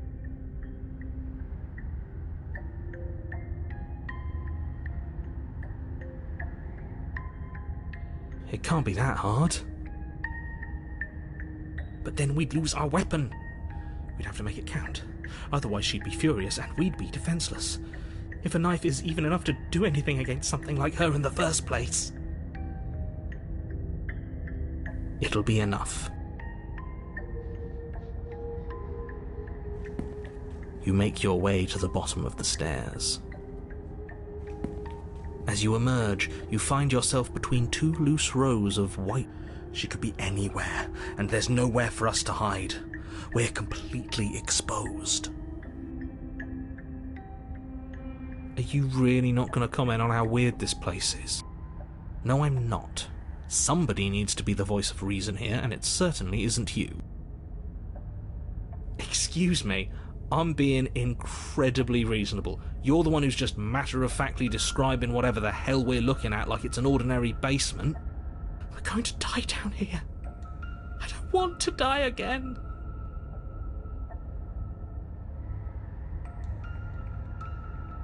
Please stop saying that. You're only going to make things worse. Just pick a direction and start moving.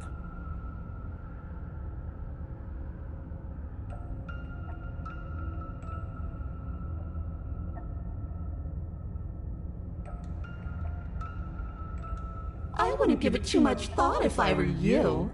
It doesn't really matter, because either way you go, I'm going to find you.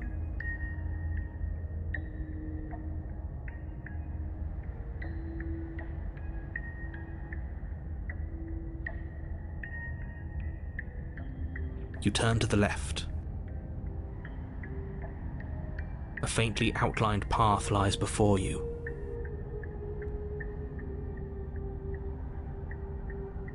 There you are.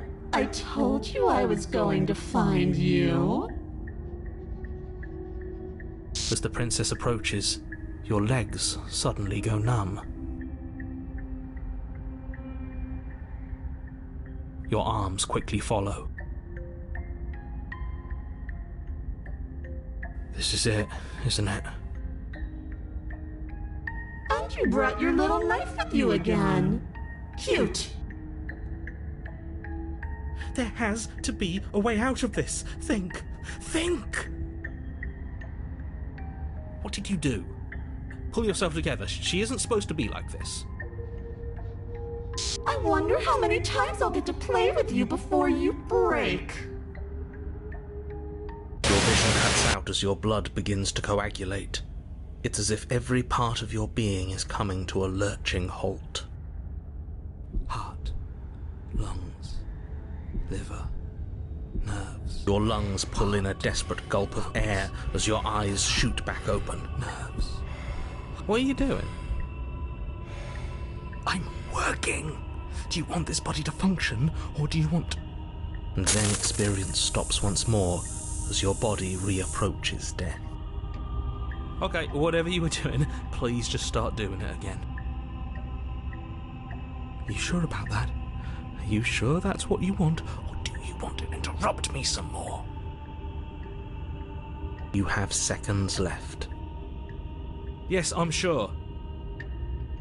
Heart, lungs, liver. Again, your eyes shoot open as you gasp for breath. Liver. Can't decide what you want to do, can you? Heart, lungs. Oh well, standing there gasping like a fish is more fun than dead. Even if you look ridiculous. Nerves. She isn't attacking us. Lungs. Why? The why doesn't matter. She's already proven her ill intent. Don't lose sight of your mission. Nerves. Heart. Your weapon is still in your hands. Strike at her and end this before it's too late. Lungs. Liver. Nerves. Heart. Lungs. Liver. Nerves. Heart. Lungs. Liver. Nerves. Your will concentrates into a single fine point, and you strike out against the princess, ignoring the constant reminders of your breaking body. Heart. Lungs. She doesn't even move as the blade sinks into her heart. We did it. We actually did it. You actually went for it! Oh, you're going to regret this? I could be so much more terrible for you than I am now. Nerves. Can she? Lungs. We've already seen how she can change. Heart, lungs, liver, nerves. You're not getting those stairs back. I'll see you when you finally decide to die. Heart. She falls to the ground, unmoving. Heart. Oh. I can stop now, can't I? I can. Finally. And now that she's gone, you can let us out of here. Right? But She was the one who controlled this place, wasn't she? And now she's dead. I don't like to think what that means for us. It means that you're stuck here. Forever. Oh no. Oh no, no, no, no, no, no. Oh no, I hate this. Time passes. Forever's gonna end eventually, right? No, it won't. That's the whole point of forever. It doesn't end. I feel sick. It doesn't have to be forever, though, does it? What do you mean? We still have a way out, clutched in our hands. Are you suggesting we kill ourselves? Won't we be dead? I guess that hasn't stopped us before. That's a terrible idea. You've already saved the entire world from... Because right now, you don't want us to do that. You're right. I don't. But if we've already saved the world... Why do you care? I just do. I value life. Every life. Even yours. Especially yours. Why? What do you mean, why? I think it's perfectly reasonable to value life. Exactly. I don't have to answer that.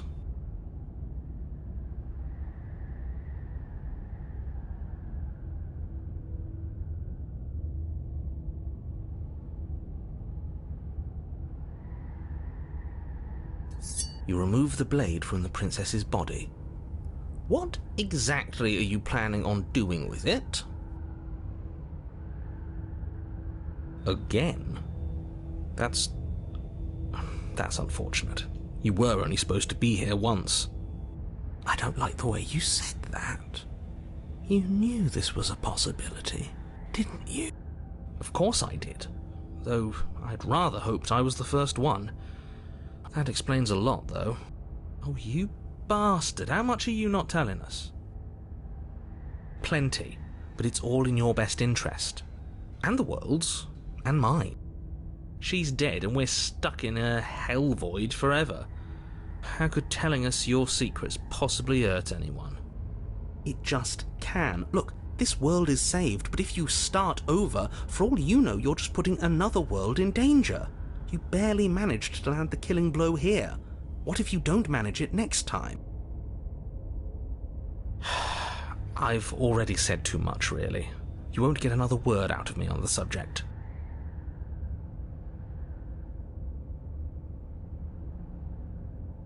No.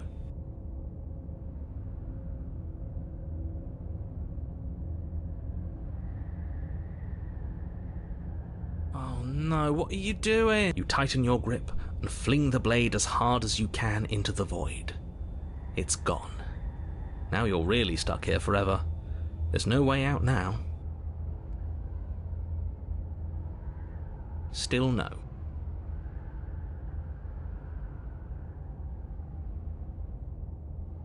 You're not going to wear me down. Oh, we should ask him one more time. He's on the cusp of sharing his secrets. I can feel it. I'm not. Either way, at least needling him is something to do. The narrator ignores you. You can't just describe yourself ignoring us. I can. The narrator continues to ignore you.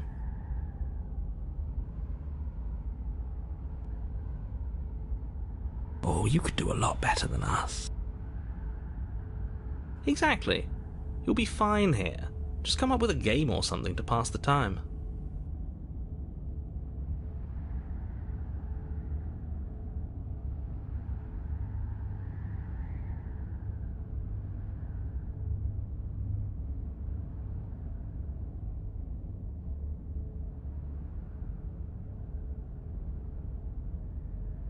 That's a grim thought, innit? But I suppose you're right. You are a creature of biology.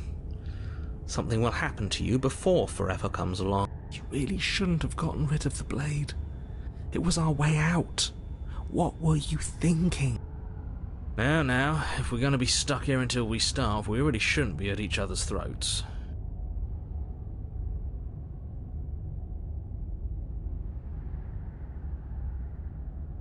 I'm stuck here with you. I wish I weren't. Feelings mutual.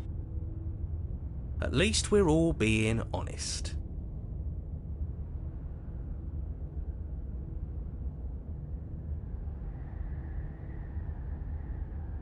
Unlike you, I'm not capable of being lonely. Oh, sure you are. Give it some time without us and I'm sure you'll start feeling lonely. You wait, and then you wait for a little while longer. But eventually the thirst sets in, and the hunger. The darkness of this place prevents you from wholly grasping the context of passing time, but that doesn't stop it from passing. Nor does it stop your biology from unraveling. The only things you know for certain are that it's long, and that it hurts.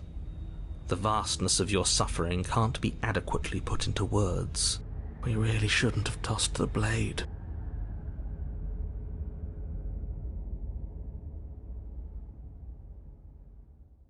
No, you really shouldn't have, but biology and time are immutable forces, and eventually, long before forever gets the chance to come, everything goes dark, and you die. Don't muck it up next time. The princess may be slain here, but she isn't slain there.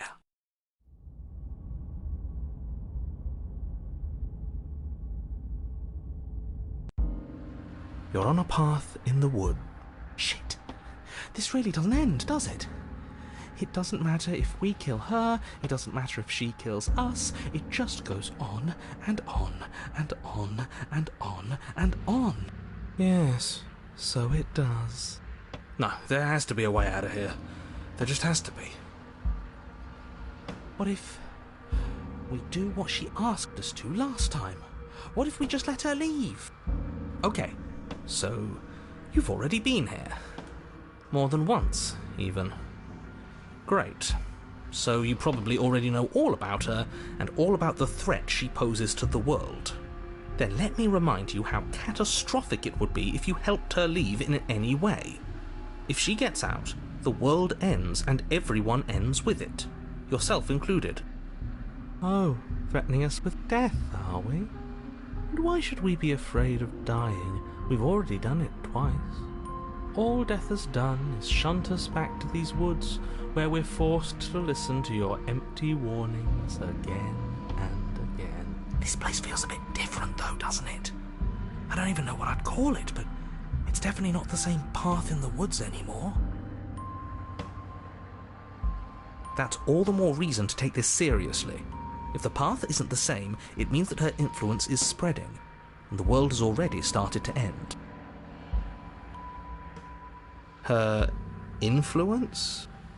I really shouldn't have said that. It'll make your task more difficult. But now it's out, you could always take that information as a sign of goodwill between us and do your job, alright?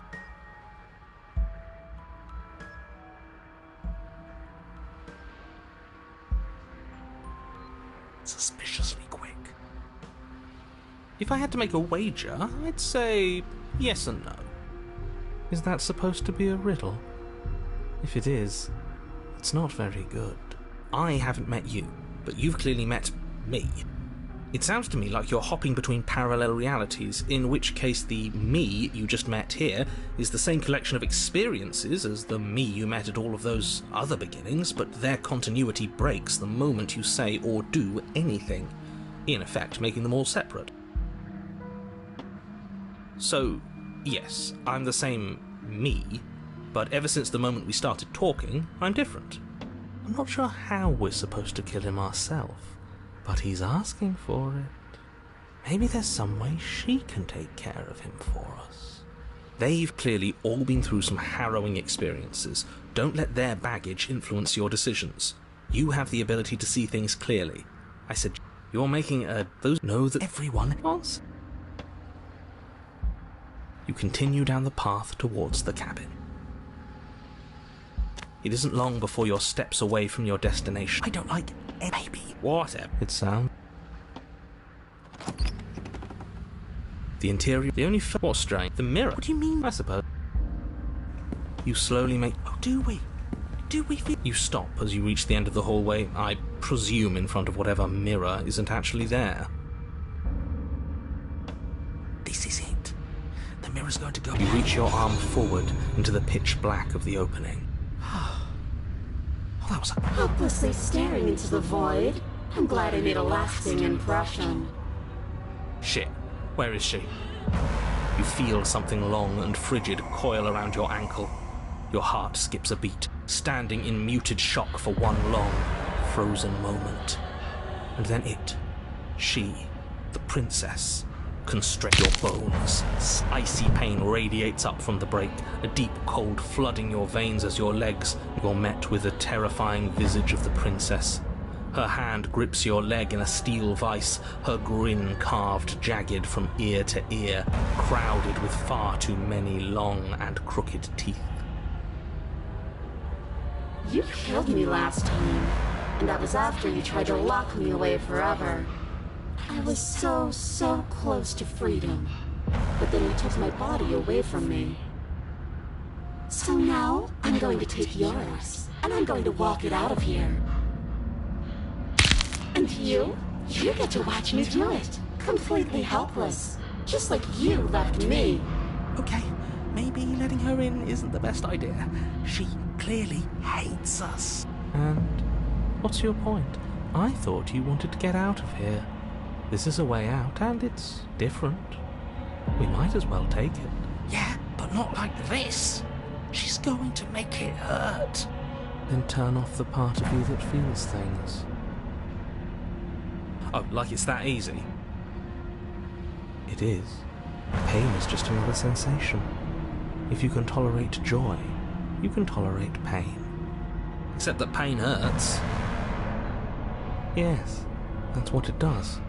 That's the definition. Do we need to explain to you why pain is bad? You need to explain to yourself why it isn't.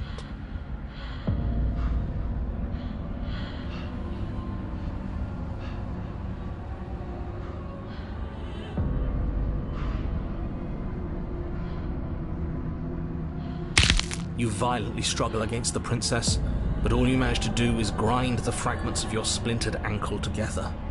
You can't shake free from her now. It's so easy to make you squirm, but I won't be crueler than I have to be.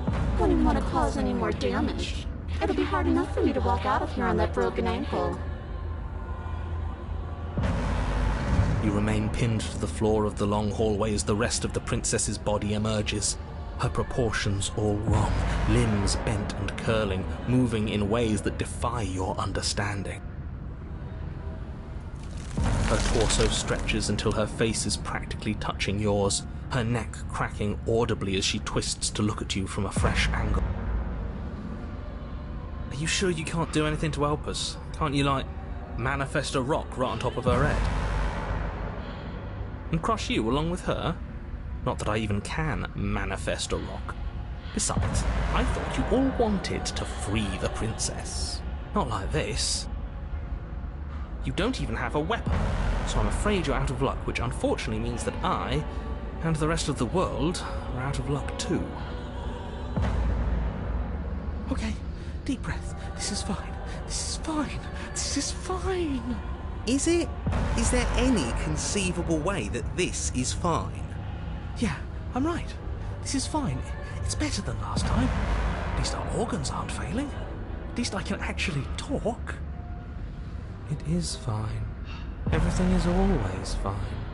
These consequences have no real impact on us outside of momentary discomfort. I'm sure we'll be moving on again soon enough. Your vision fades as she tears open the membrane of your soul. You're awake. Eyes once again fixed on the long hallway, your vision swimming as the princess's command reverberates inside your skull. Her voice is all-encompassing. You feel wrong. It's so cramped in here. Like there's some sort of growth trying to push us all out. I know. You rise to your feet, though the pain in your ankle is blinding. Your body slumps against the wall, desperately leaning into it for support. It's rather rude to show up in somebody else's body and boss it around like this. It is rude to lock someone away in the dark spaces forever. It is rude to leave someone to rot. We were gonna let you out of here. That's the whole reason we marched all the way back up to the cabin. Were we? I was. I know you were, but you were going to do it for the wrong reasons. And what reasons are those supposed to be? Nobody should be able to be judge, jury, and executioner. Weren't you all of those things for me? I can grasp the shape of everything you think you feel. You think you are numb, but you are hopeless and paranoid. You are afraid of me. And I don't feel regret, even in the recesses of your soul. There is not a drop of sympathy to be found. We weren't always like this. I've always been like this. All I'm doing is reading what you've sown. We don't have to let her out. I've been storing up a little bit of will since she forced her way in here. Take it and throw us all into the basement. It's better than giving her what she wants. You wouldn't dare. Move now. Your body, still slumped against the wall, trapped between the princess's overwhelming will and the blinding pain of your splintered ankle, takes an excruciating step towards the cabin door. The movement is stiff, your body reduced to a marionette, pulled reluctantly along by your strings. It's not that bad. The pain feels good. Because I know you feel it too. In a single moment of overwhelming willpower, you tear your body from the wall and hurl it towards the gaping abyss. I won't let you do this. Capillaries burst and muscle fibers tear as you and the princess struggle over the reins of your body. One foot planted firmly on the edge where the floor ends, and the nothing begins. It's unquestionable that her reserves are greater than yours, but fortunately for you, the distance you have to cover is far shorter. We're putting in everything we have. You're not. You're thinking too much about how she's hurting us. You're thinking too much about your body.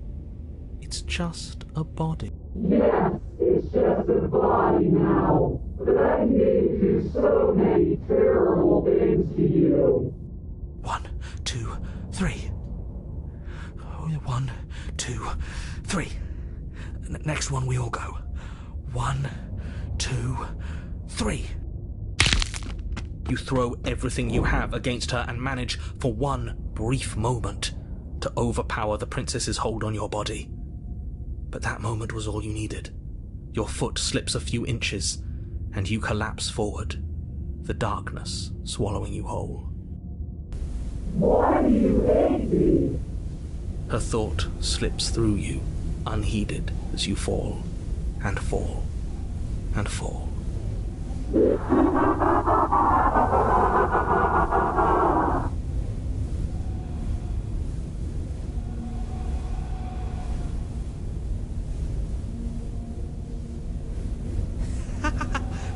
We did it! We actually did it! Yes, we've really shown them all, haven't we?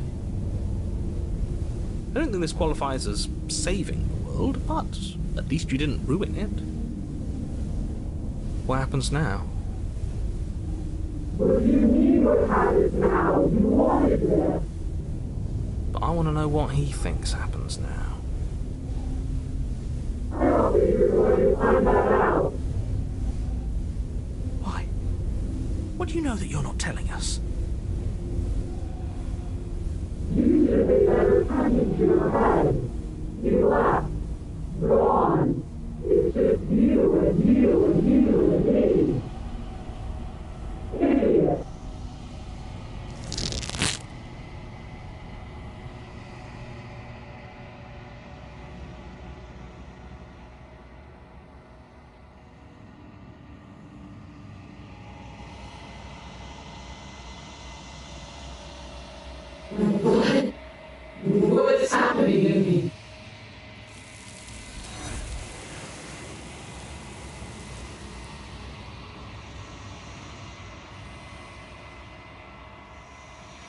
She's gone, and then I would have kept... What is... Can't even...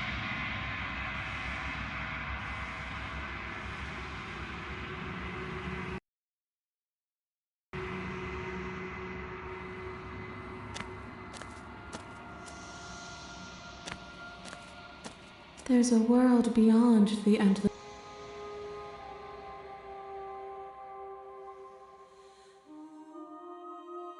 The next time I see you, each of us will finally know what we are. I will be here.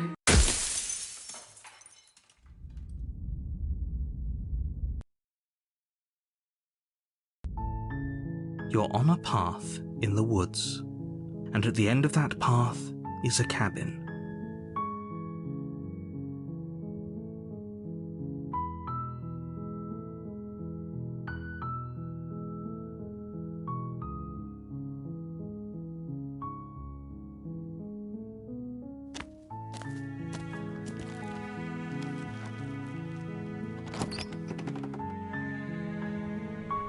The interior of the cabin is almost entirely bare. The blade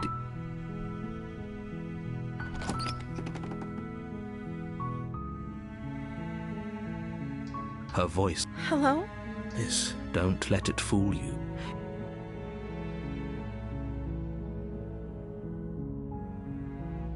Wait, really? You're here to rescue me? I was starting to think I'd be stuck down here forever.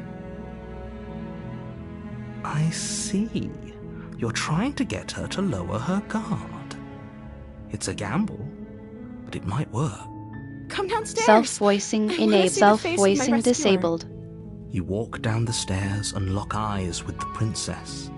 There's a heavy chain around her wrist, binding her to the far wall of the basement. She's beautiful.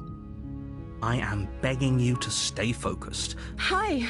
I can't believe you're here. I've been waiting for something like that. I hope you brought something to deal with these chains. You were lying when you said you were here to rescue her, but regardless of your intentions, breaking her out of those chains would be a big mistake. Don't even try it.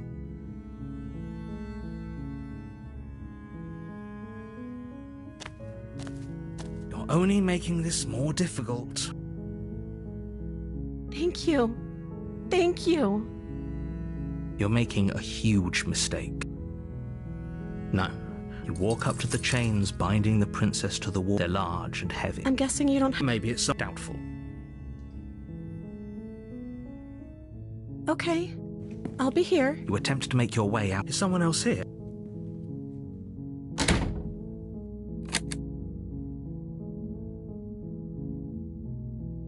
You try the door. You make it easier for whom? Easier for everyone. Look at the mess. I heard the door slam. There's a slight panic rising in the princess's voice. If I could just get out of these chains, I know we could force our way out of here together. She barely hesitates before raising her arm to her mouth, her teeth tearing through her limb with the determination of a trapped wolf. As she rips her flesh from her bone, a sound comes from behind you, the clang of bouncing metal. It's the blade from upstairs. You're not sure how it made its way down here, but if there's a time to strike, it's now. Or we could use it to free her. You won't like what happens. Without hesitation, you bring the blade down and plunge it into the princess's back. Fine. The wound drives her to the ground. Okay, there's no going back now. I'm with you to the end. You bastard! Were you lying to me this whole time? The princess pushes away from you, the motion ripping the blade from her back. Wounded, but still alive, she crouches on all fours in the corner of the room and meets your eyes with the ferocity of a cornered predator. You've made a terrible enemy, and there's nothing in the world that can possibly save you from me. I thought we had the upper hand, but it's as if she's barely even threatened by us. It's an act. She's wounded and unarmed. There's nothing she can do to hurt you. I'm not so sure. Don't waver now. As you ready your blade to deliver a lethal blow, she lunges at your legs with the same animal ferocity she used to tear at her arm. Your blade cuts into her again and again as you're tackled to the ground, your body racked with pain as she rips into you with tooth and claw.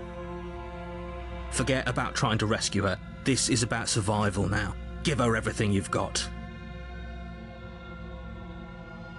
Though your nerves are seizing with pain, you know you've done your fair share of damage as well, your blade having left deep gashes in the princess's back. You seize a moment of hesitation to throw her off of you and shakily push yourself back to your knees. We can still turn this around.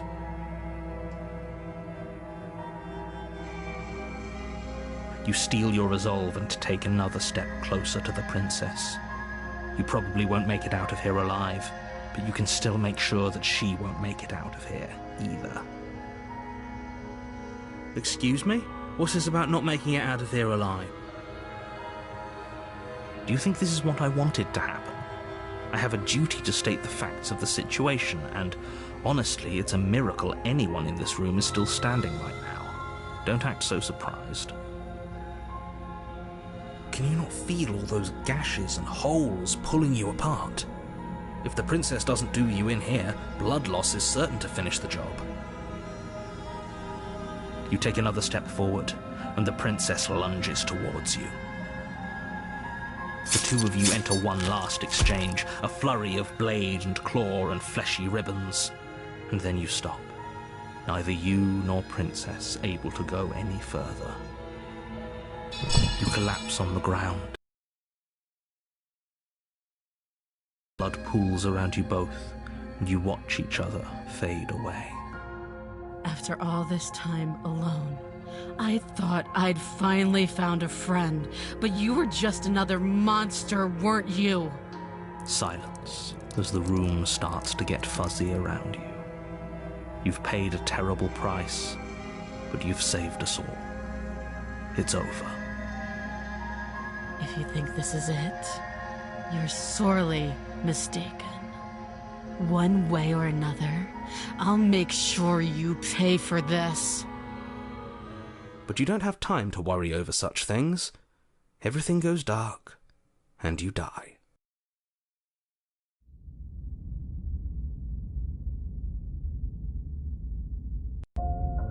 You're on a path, you're hit. A warning. She will lie. Don't worry. The interior of the blade. You take the... Well, if with that... The door to the base, the weeks, the her voice. Something nasty finds itself on my stairs. Come on down. Don't be scared. I probably won't bite. But you are. You're a wretched little thing. I recognize that voice as easily as I recognized your nervous little footsteps coming up the path. I know who you are, and I remember what you've done. She must have you confused with someone else. She seems friendly enough. Maybe we can talk our way out of this whole situation. You can't. Unless you slay her right away, she's going to break free and end the world. There's no reasoning with what she is. Look, I'm just throwing ideas out there. I like to think out loud. I'm the kind of guy who likes a discussion. Don't we want to hear what everyone has to say before making any big decisions? Do you want to hear what everyone has to say? Or do you just want to hear yourself talk? You need to stop. Fine, fine. You're the boss. Thank you. You descend the basement steps, entering the dark room below. You can just make out the shape of the princess in the gloom. She's huddled against the far wall. And there you are, one hand tucked away behind your back, gripping that sharp, sharp blade, no doubt. That's no fair. How would she know that? So, we've dropped the pretenses. Good. She's acting like the two of you already know each other. Oh, no. You've already been here, haven't you? That's pretty sharp. How'd you figure that one out? Call it deductive reasoning. Well, you seem to be great at it. Do you remember us then? Do you remember last time? No, I don't. But you and the princess clearly have a shared reality, even if I'm not a part of it. I won't waste time fighting you on something that's clearly true. I'm just glad we could put all this behind us. Is it all behind us? Just focus on the task at hand. I don't care if you've been here before, and I don't care if you think you'll go somewhere else after this. My world is on the line right now, so I'd appreciate it if you would take this seriously and slay her.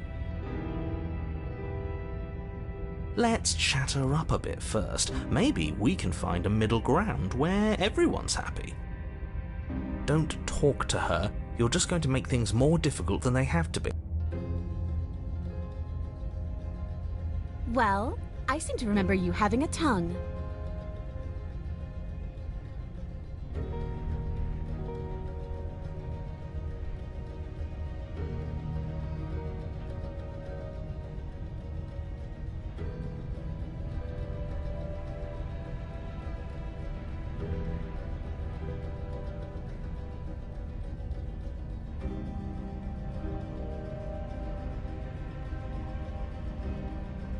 Ooh, smart. Let's apologize, get us back on the right foot.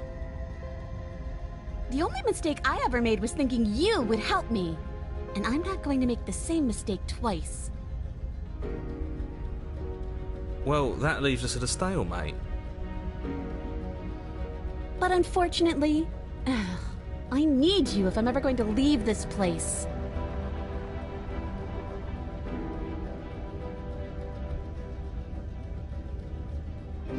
You were the one who stabbed me in the back when I was still in chains. A dirty little thing like you doesn't get to decide when all is fair.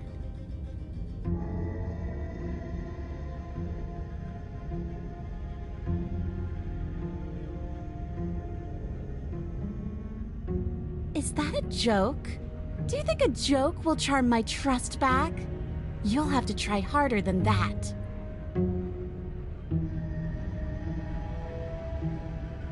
Oh, I don't need you to cut me out.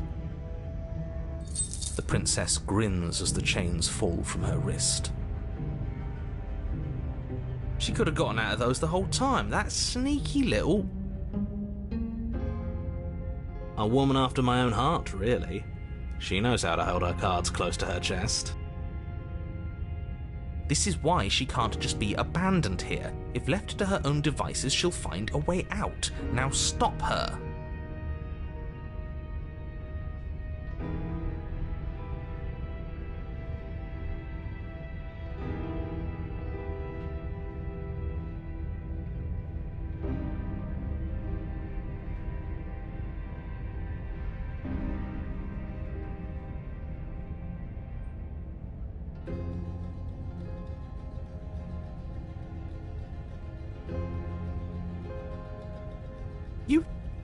You can't be serious. Now, hold on. We should put this to a vote. The blade is one of our most valuable assets. We can't just give it to her. What if she uses it to kill us? I vote no. As do I. Abstain? You abstain? She's going to kill us if we give it to her.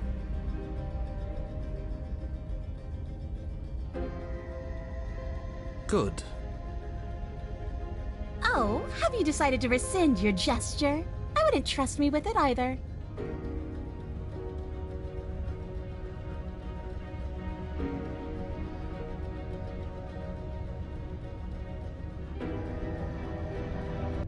Do you think that being direct with your ill will frees you from its wickedness? Murder and betrayal are still murder and betrayal, whether you state your intentions or keep them hidden behind your back. See, this is why we never tell people what we're actually thinking. She's just as mad, only now she's ready for us. Still, better a violent fool than a plotting coward. Better for me, I mean. As you close the distance, readying your strike, she throws a fistful of dirt into your eyes. You must have known I would be ready for you. Deep in your heart, you know the same things about me I know about you. We're both so very awful. As you brush the silt from your eyes, the princess tackles you, flattening you against the dirt floor.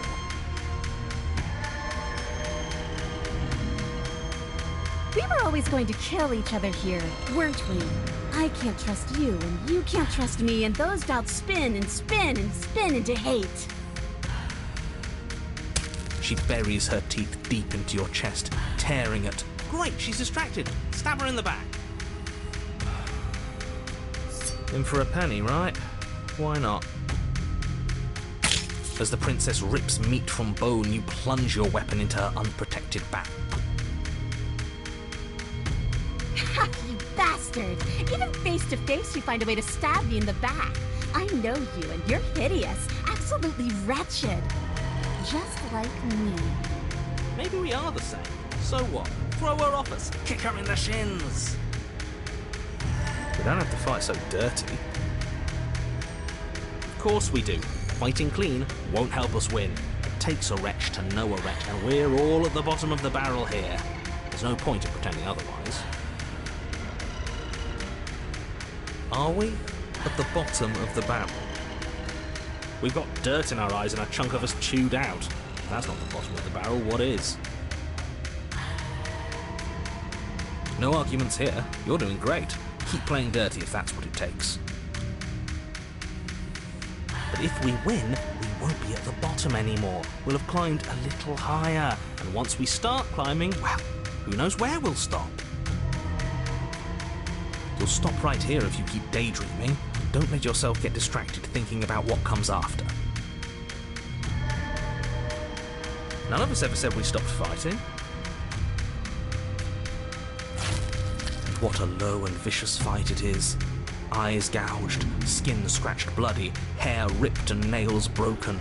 Every rule there ever was in the book of honourable combat, both you and the princess have broken a dozen times over. That's nice and all, but are we winning? Nobody's winning. I thought playing dirty was supposed to give you the upper hand, but I suppose that doesn't work if you both sink to the same lows. Still, at least you're not losing. The princess cackles maniacally as the fracas continues. But behind her cackle, you hear the low groan of warping wood. Wait, what's going on? We're establishing a newer, better packing order. No, the groaning thing. Why is the wood making noise? Who cares about the groan? It's just a sound. Things make sounds all the time. I care about the groan. Doesn't that mean something bad is happening? Oh, yes, well, I'm afraid that's the sound of the basement getting smaller. You hear that, you pathetic wretch? Those are the roots of the wild, and they're coming to choke the breath from your lungs and squeeze the life out of you. Excuse me, what? You and the princess disengage for a brief moment, just long enough to get your bearings. Behind you, the basement door has been sealed over, thick roots barring your only exit from the dirt pit. And slowly, but very perceptibly, the roots are closing in on you both. That's right. They're coming for you. And they won't stop until there's nothing left down here but them.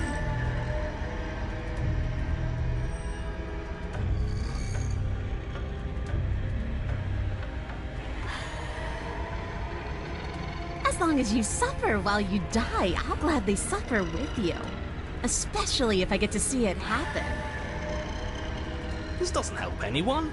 I can't believe she'd kill us both just to spite me. See? This is exactly why you've been tasked to slay her. She's an antisocial monster who'll gladly burn the whole world for her satisfaction. The roots grow ever closer. We know. We can see them.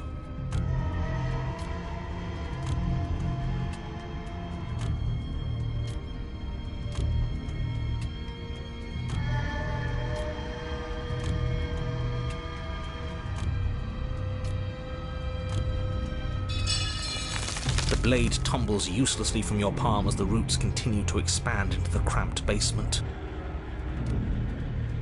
Ugh, we're never going to make something of ourselves with that attitude. The princess finally puts down her guard, arms falling to her sides, a look of smug satisfaction screwed on her face despite her torn and bloodied skin and the insistent roots pressing in from all directions. At least she isn't gonna make something of herself either. The roots twist around you both, binding your limbs and rendering you helpless. As your fates close in, all you can do is watch her, and all she can do is watch you. At first it's almost gentle, the two of you lifted delicately off the ground, but the cradle of the growing roots soon gives way to tightness, and that tightness gives way to bulging pressure as they begin to constrict. The sound of creaking wood is drowned out by the snaps and pops of your bones, pain flooding your senses as you feel your skin deform, being shaped unnaturally by the living basement. Tears well up in the princess's eyes, her own bones splintering and flesh swelling with trapped blood, but still she smiles through it all. I can't wait to do this again, you wretched little thing. I hate you, but I wouldn't have it any other way. The pressure is unbearable. You can't breathe, your vision swimming with red, your head pounding as everything tightens. And then you pop. Everything goes dark, and you die.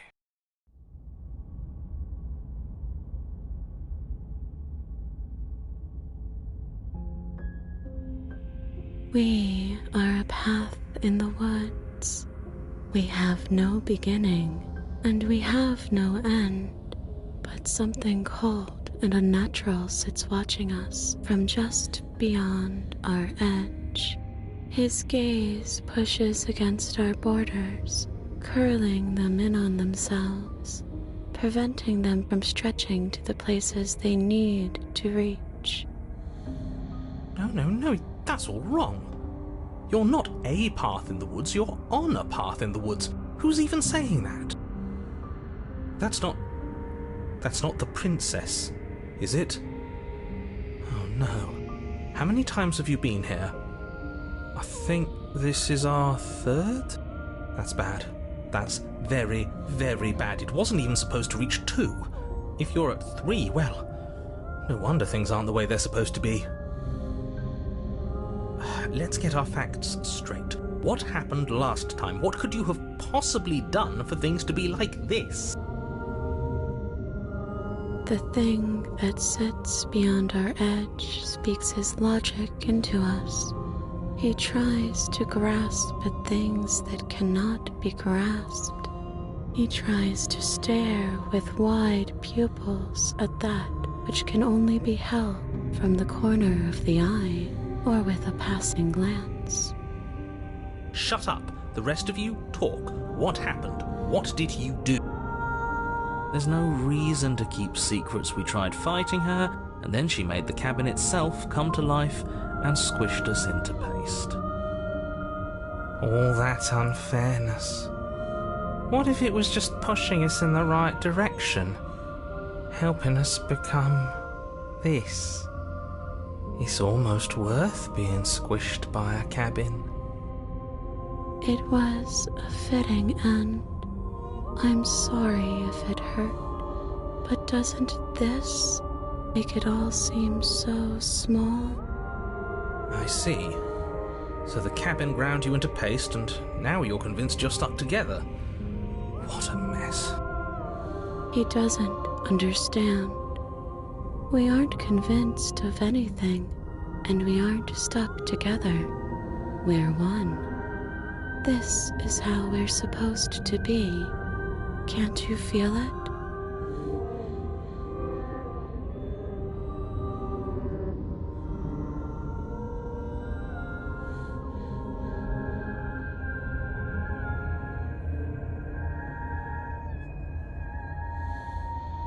How could you say that?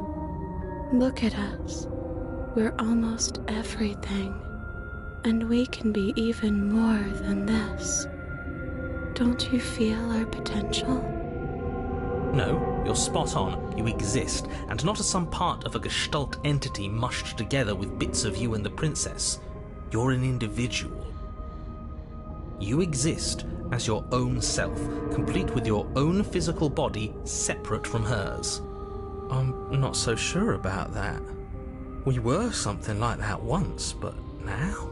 And if thinking about that isn't enough to startle you back to reality, consider this.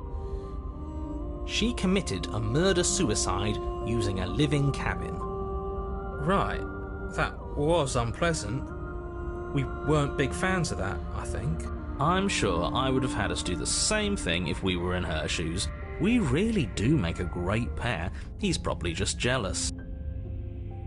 You need to remember that you and the princess are enemies. Don't let bygones be bygones. Remember what she's done to you and how much it hurt.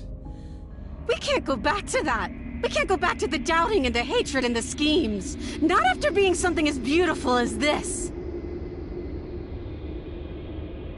Doesn't all that conflict feel so far away right now? So petty? We've been posed against each other by something that understands the strength of our unity.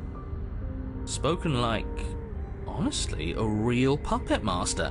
Have we considered that maybe she's the one trying to trick us? I'm not. But there's a feeling, isn't there? That petty feeling she mentioned, it is fuzzy, but it's there. Almost like she still hates us. It feels mutual. Please, stop. If you pay attention to that feeling, we'll fall apart. Don't look at it! She's trying to turn you away from the truth. There's something she doesn't want you to see.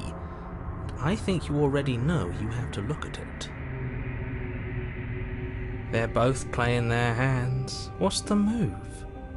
Do we pick a side? Do we figure out how to make everyone unhappy?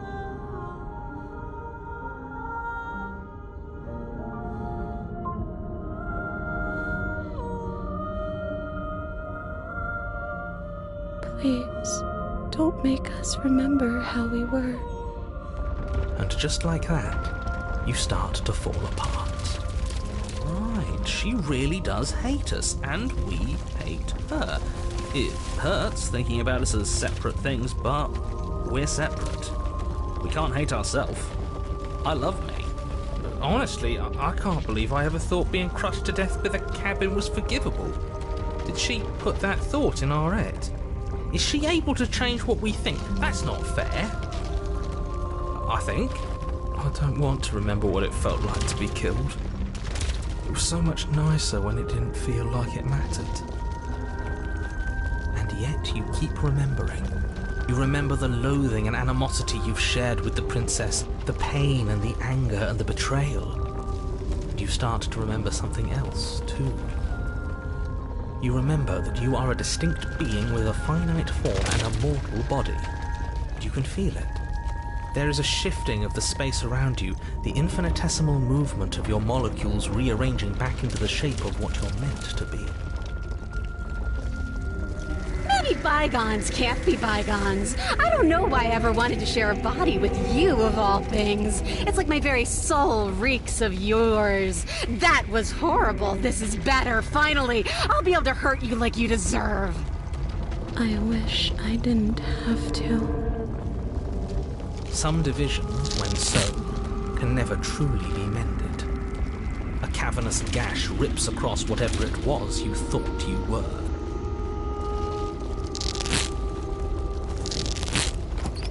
A cabin comes into being among the trees. It approaches, and it swallows your body whole. And then you find yourself, blade in hand, exactly where you need to be. At the center of it all is the princess, a wooden and fleshy heart beating with an unbroken rhythm. You're filled with a sense of purpose. Strike at her. End this once and for all. Kill me then, if you hate me so much. Just get it over with. Well, this should be easy. If you're sure about it. I mean, what's the point of being king of the hill if there's no one around to be better than? We'd just be sitting on a hill. This hardly seems fair to anyone. It's an easy win if we want it, but I'm not sure whose win it is. Do we have to do this? You have to. You know you have to. You devious little bastard. If you think I'm going to let you free her, you have another thing coming. I know a bluff when I see one. He can use words, sure, but he doesn't have any real power. I'm not bluffing. You won't be so smug when it happens. He's weak, thinks he can boss us around when he doesn't have any authority. We're clearly the ones with authority around here, so we can do whatever we like. You're tired, aren't you? No, I'm not. I'm fine. Whatever. Cut the princess down from the roots that bind her. I hope you're happy. Good luck getting her out of here. I didn't think you would do that after everything. It's so cold without you.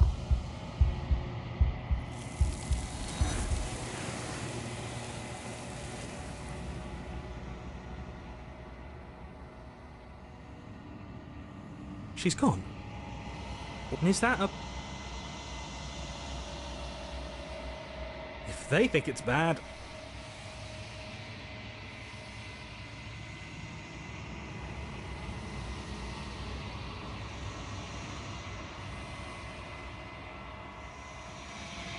I think you know what I am.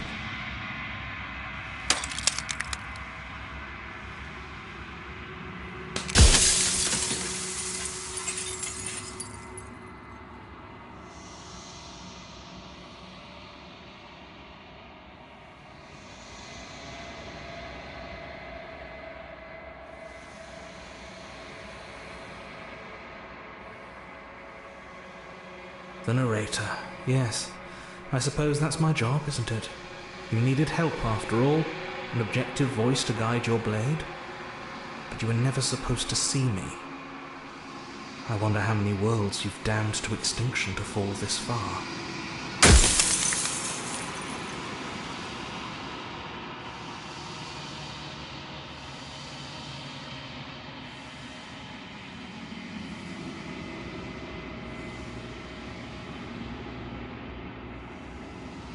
I haven't, and that's by both necessity and design.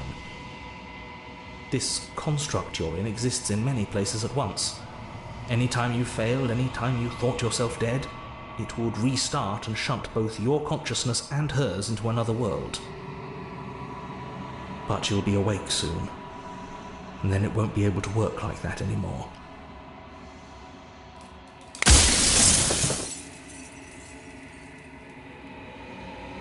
I do. The people out there are real.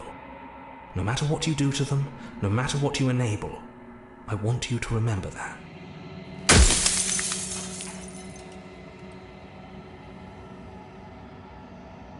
Nobody alive has done anything to you. I'm all gone. But if you and the princess want to smite the rest of them for the crimes of a dead man, if you really want to be that petty, there isn't much I can do to stop you.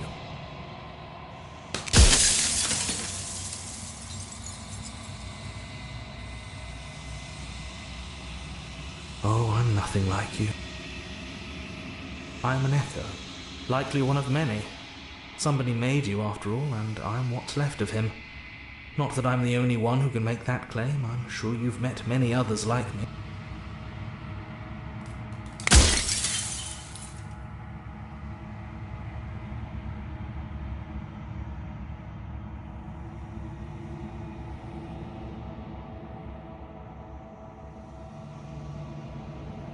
It doesn't hurt.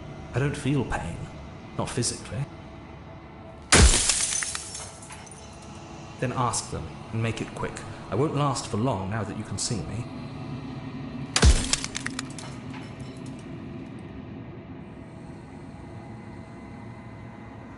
You were either going to have seen all this, or you weren't going to have seen all this. This is worse, but you still have an opportunity to save the world. You can still slay her.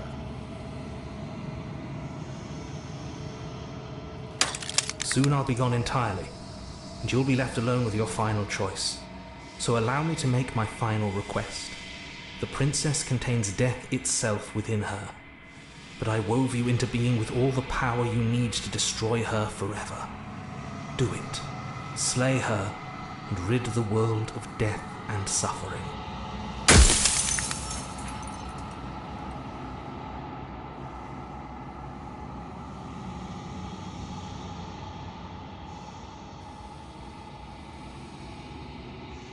Any other version of me you talked to was just that, a version of me. It wasn't me. As to why they lied, perhaps they thought that admitting to it would have pushed you to certain realizations that would have made finishing your task impossible. Maybe they were just in denial. I'm sure many of them were convinced that they had to be the first version of them that you'd encountered. Anything else would have been too existentially unpleasant. And for all I know, each of those other versions of me could have had entirely different understandings of how this construct works. Who's to say which of them are right and which of them are wrong, really? Except for me, I can tell you for a fact that I'm right.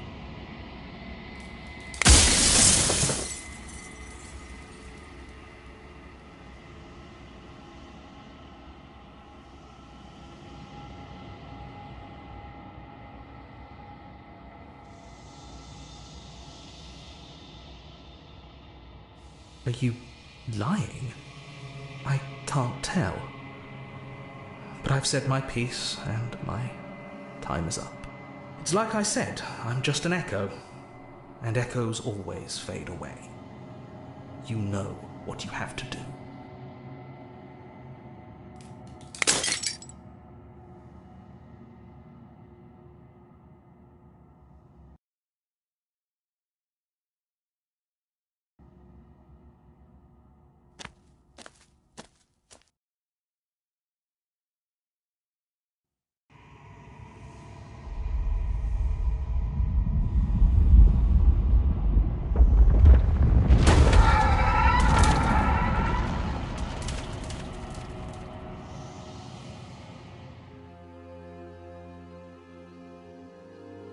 I can finally see you, and you can finally see me.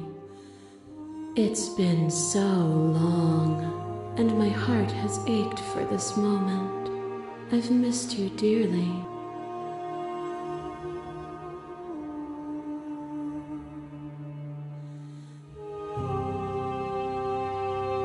Every word you spoke found its way to me. I know him, and I know his construct. He was deluded by his fear of death. Pay him no mind. Names are their attempts to capture that which cannot be captured. They call me the shifting mound, a pale imitation of what I actually am.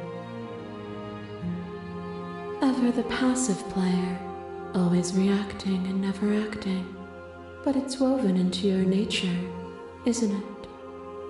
When the echo spun us from one into two, he gave you a choice and me a role to play. I am not death, but I contain it in my multitudes. So, will you attempt to destroy me and bring about a world devoid of death and the possibility of meaning? Or will you open the final doors to our liberation?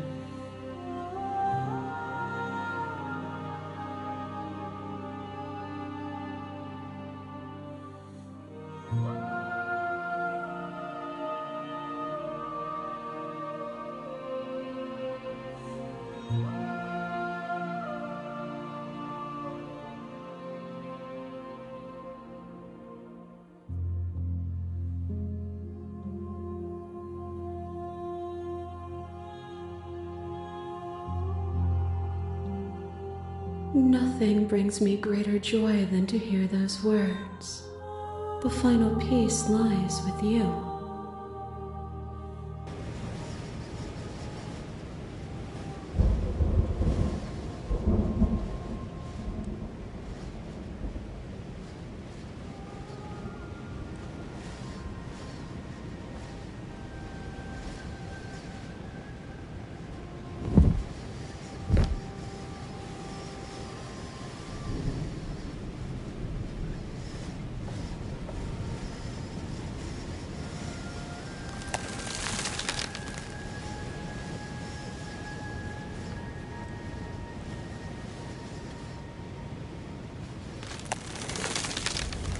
I love you.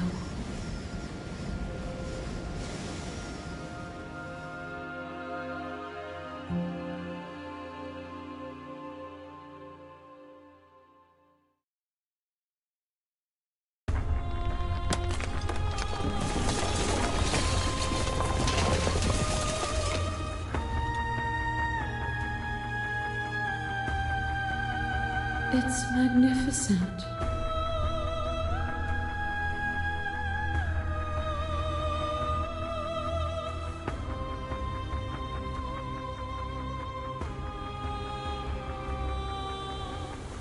Everything, just like it always has been, and just like it always will be.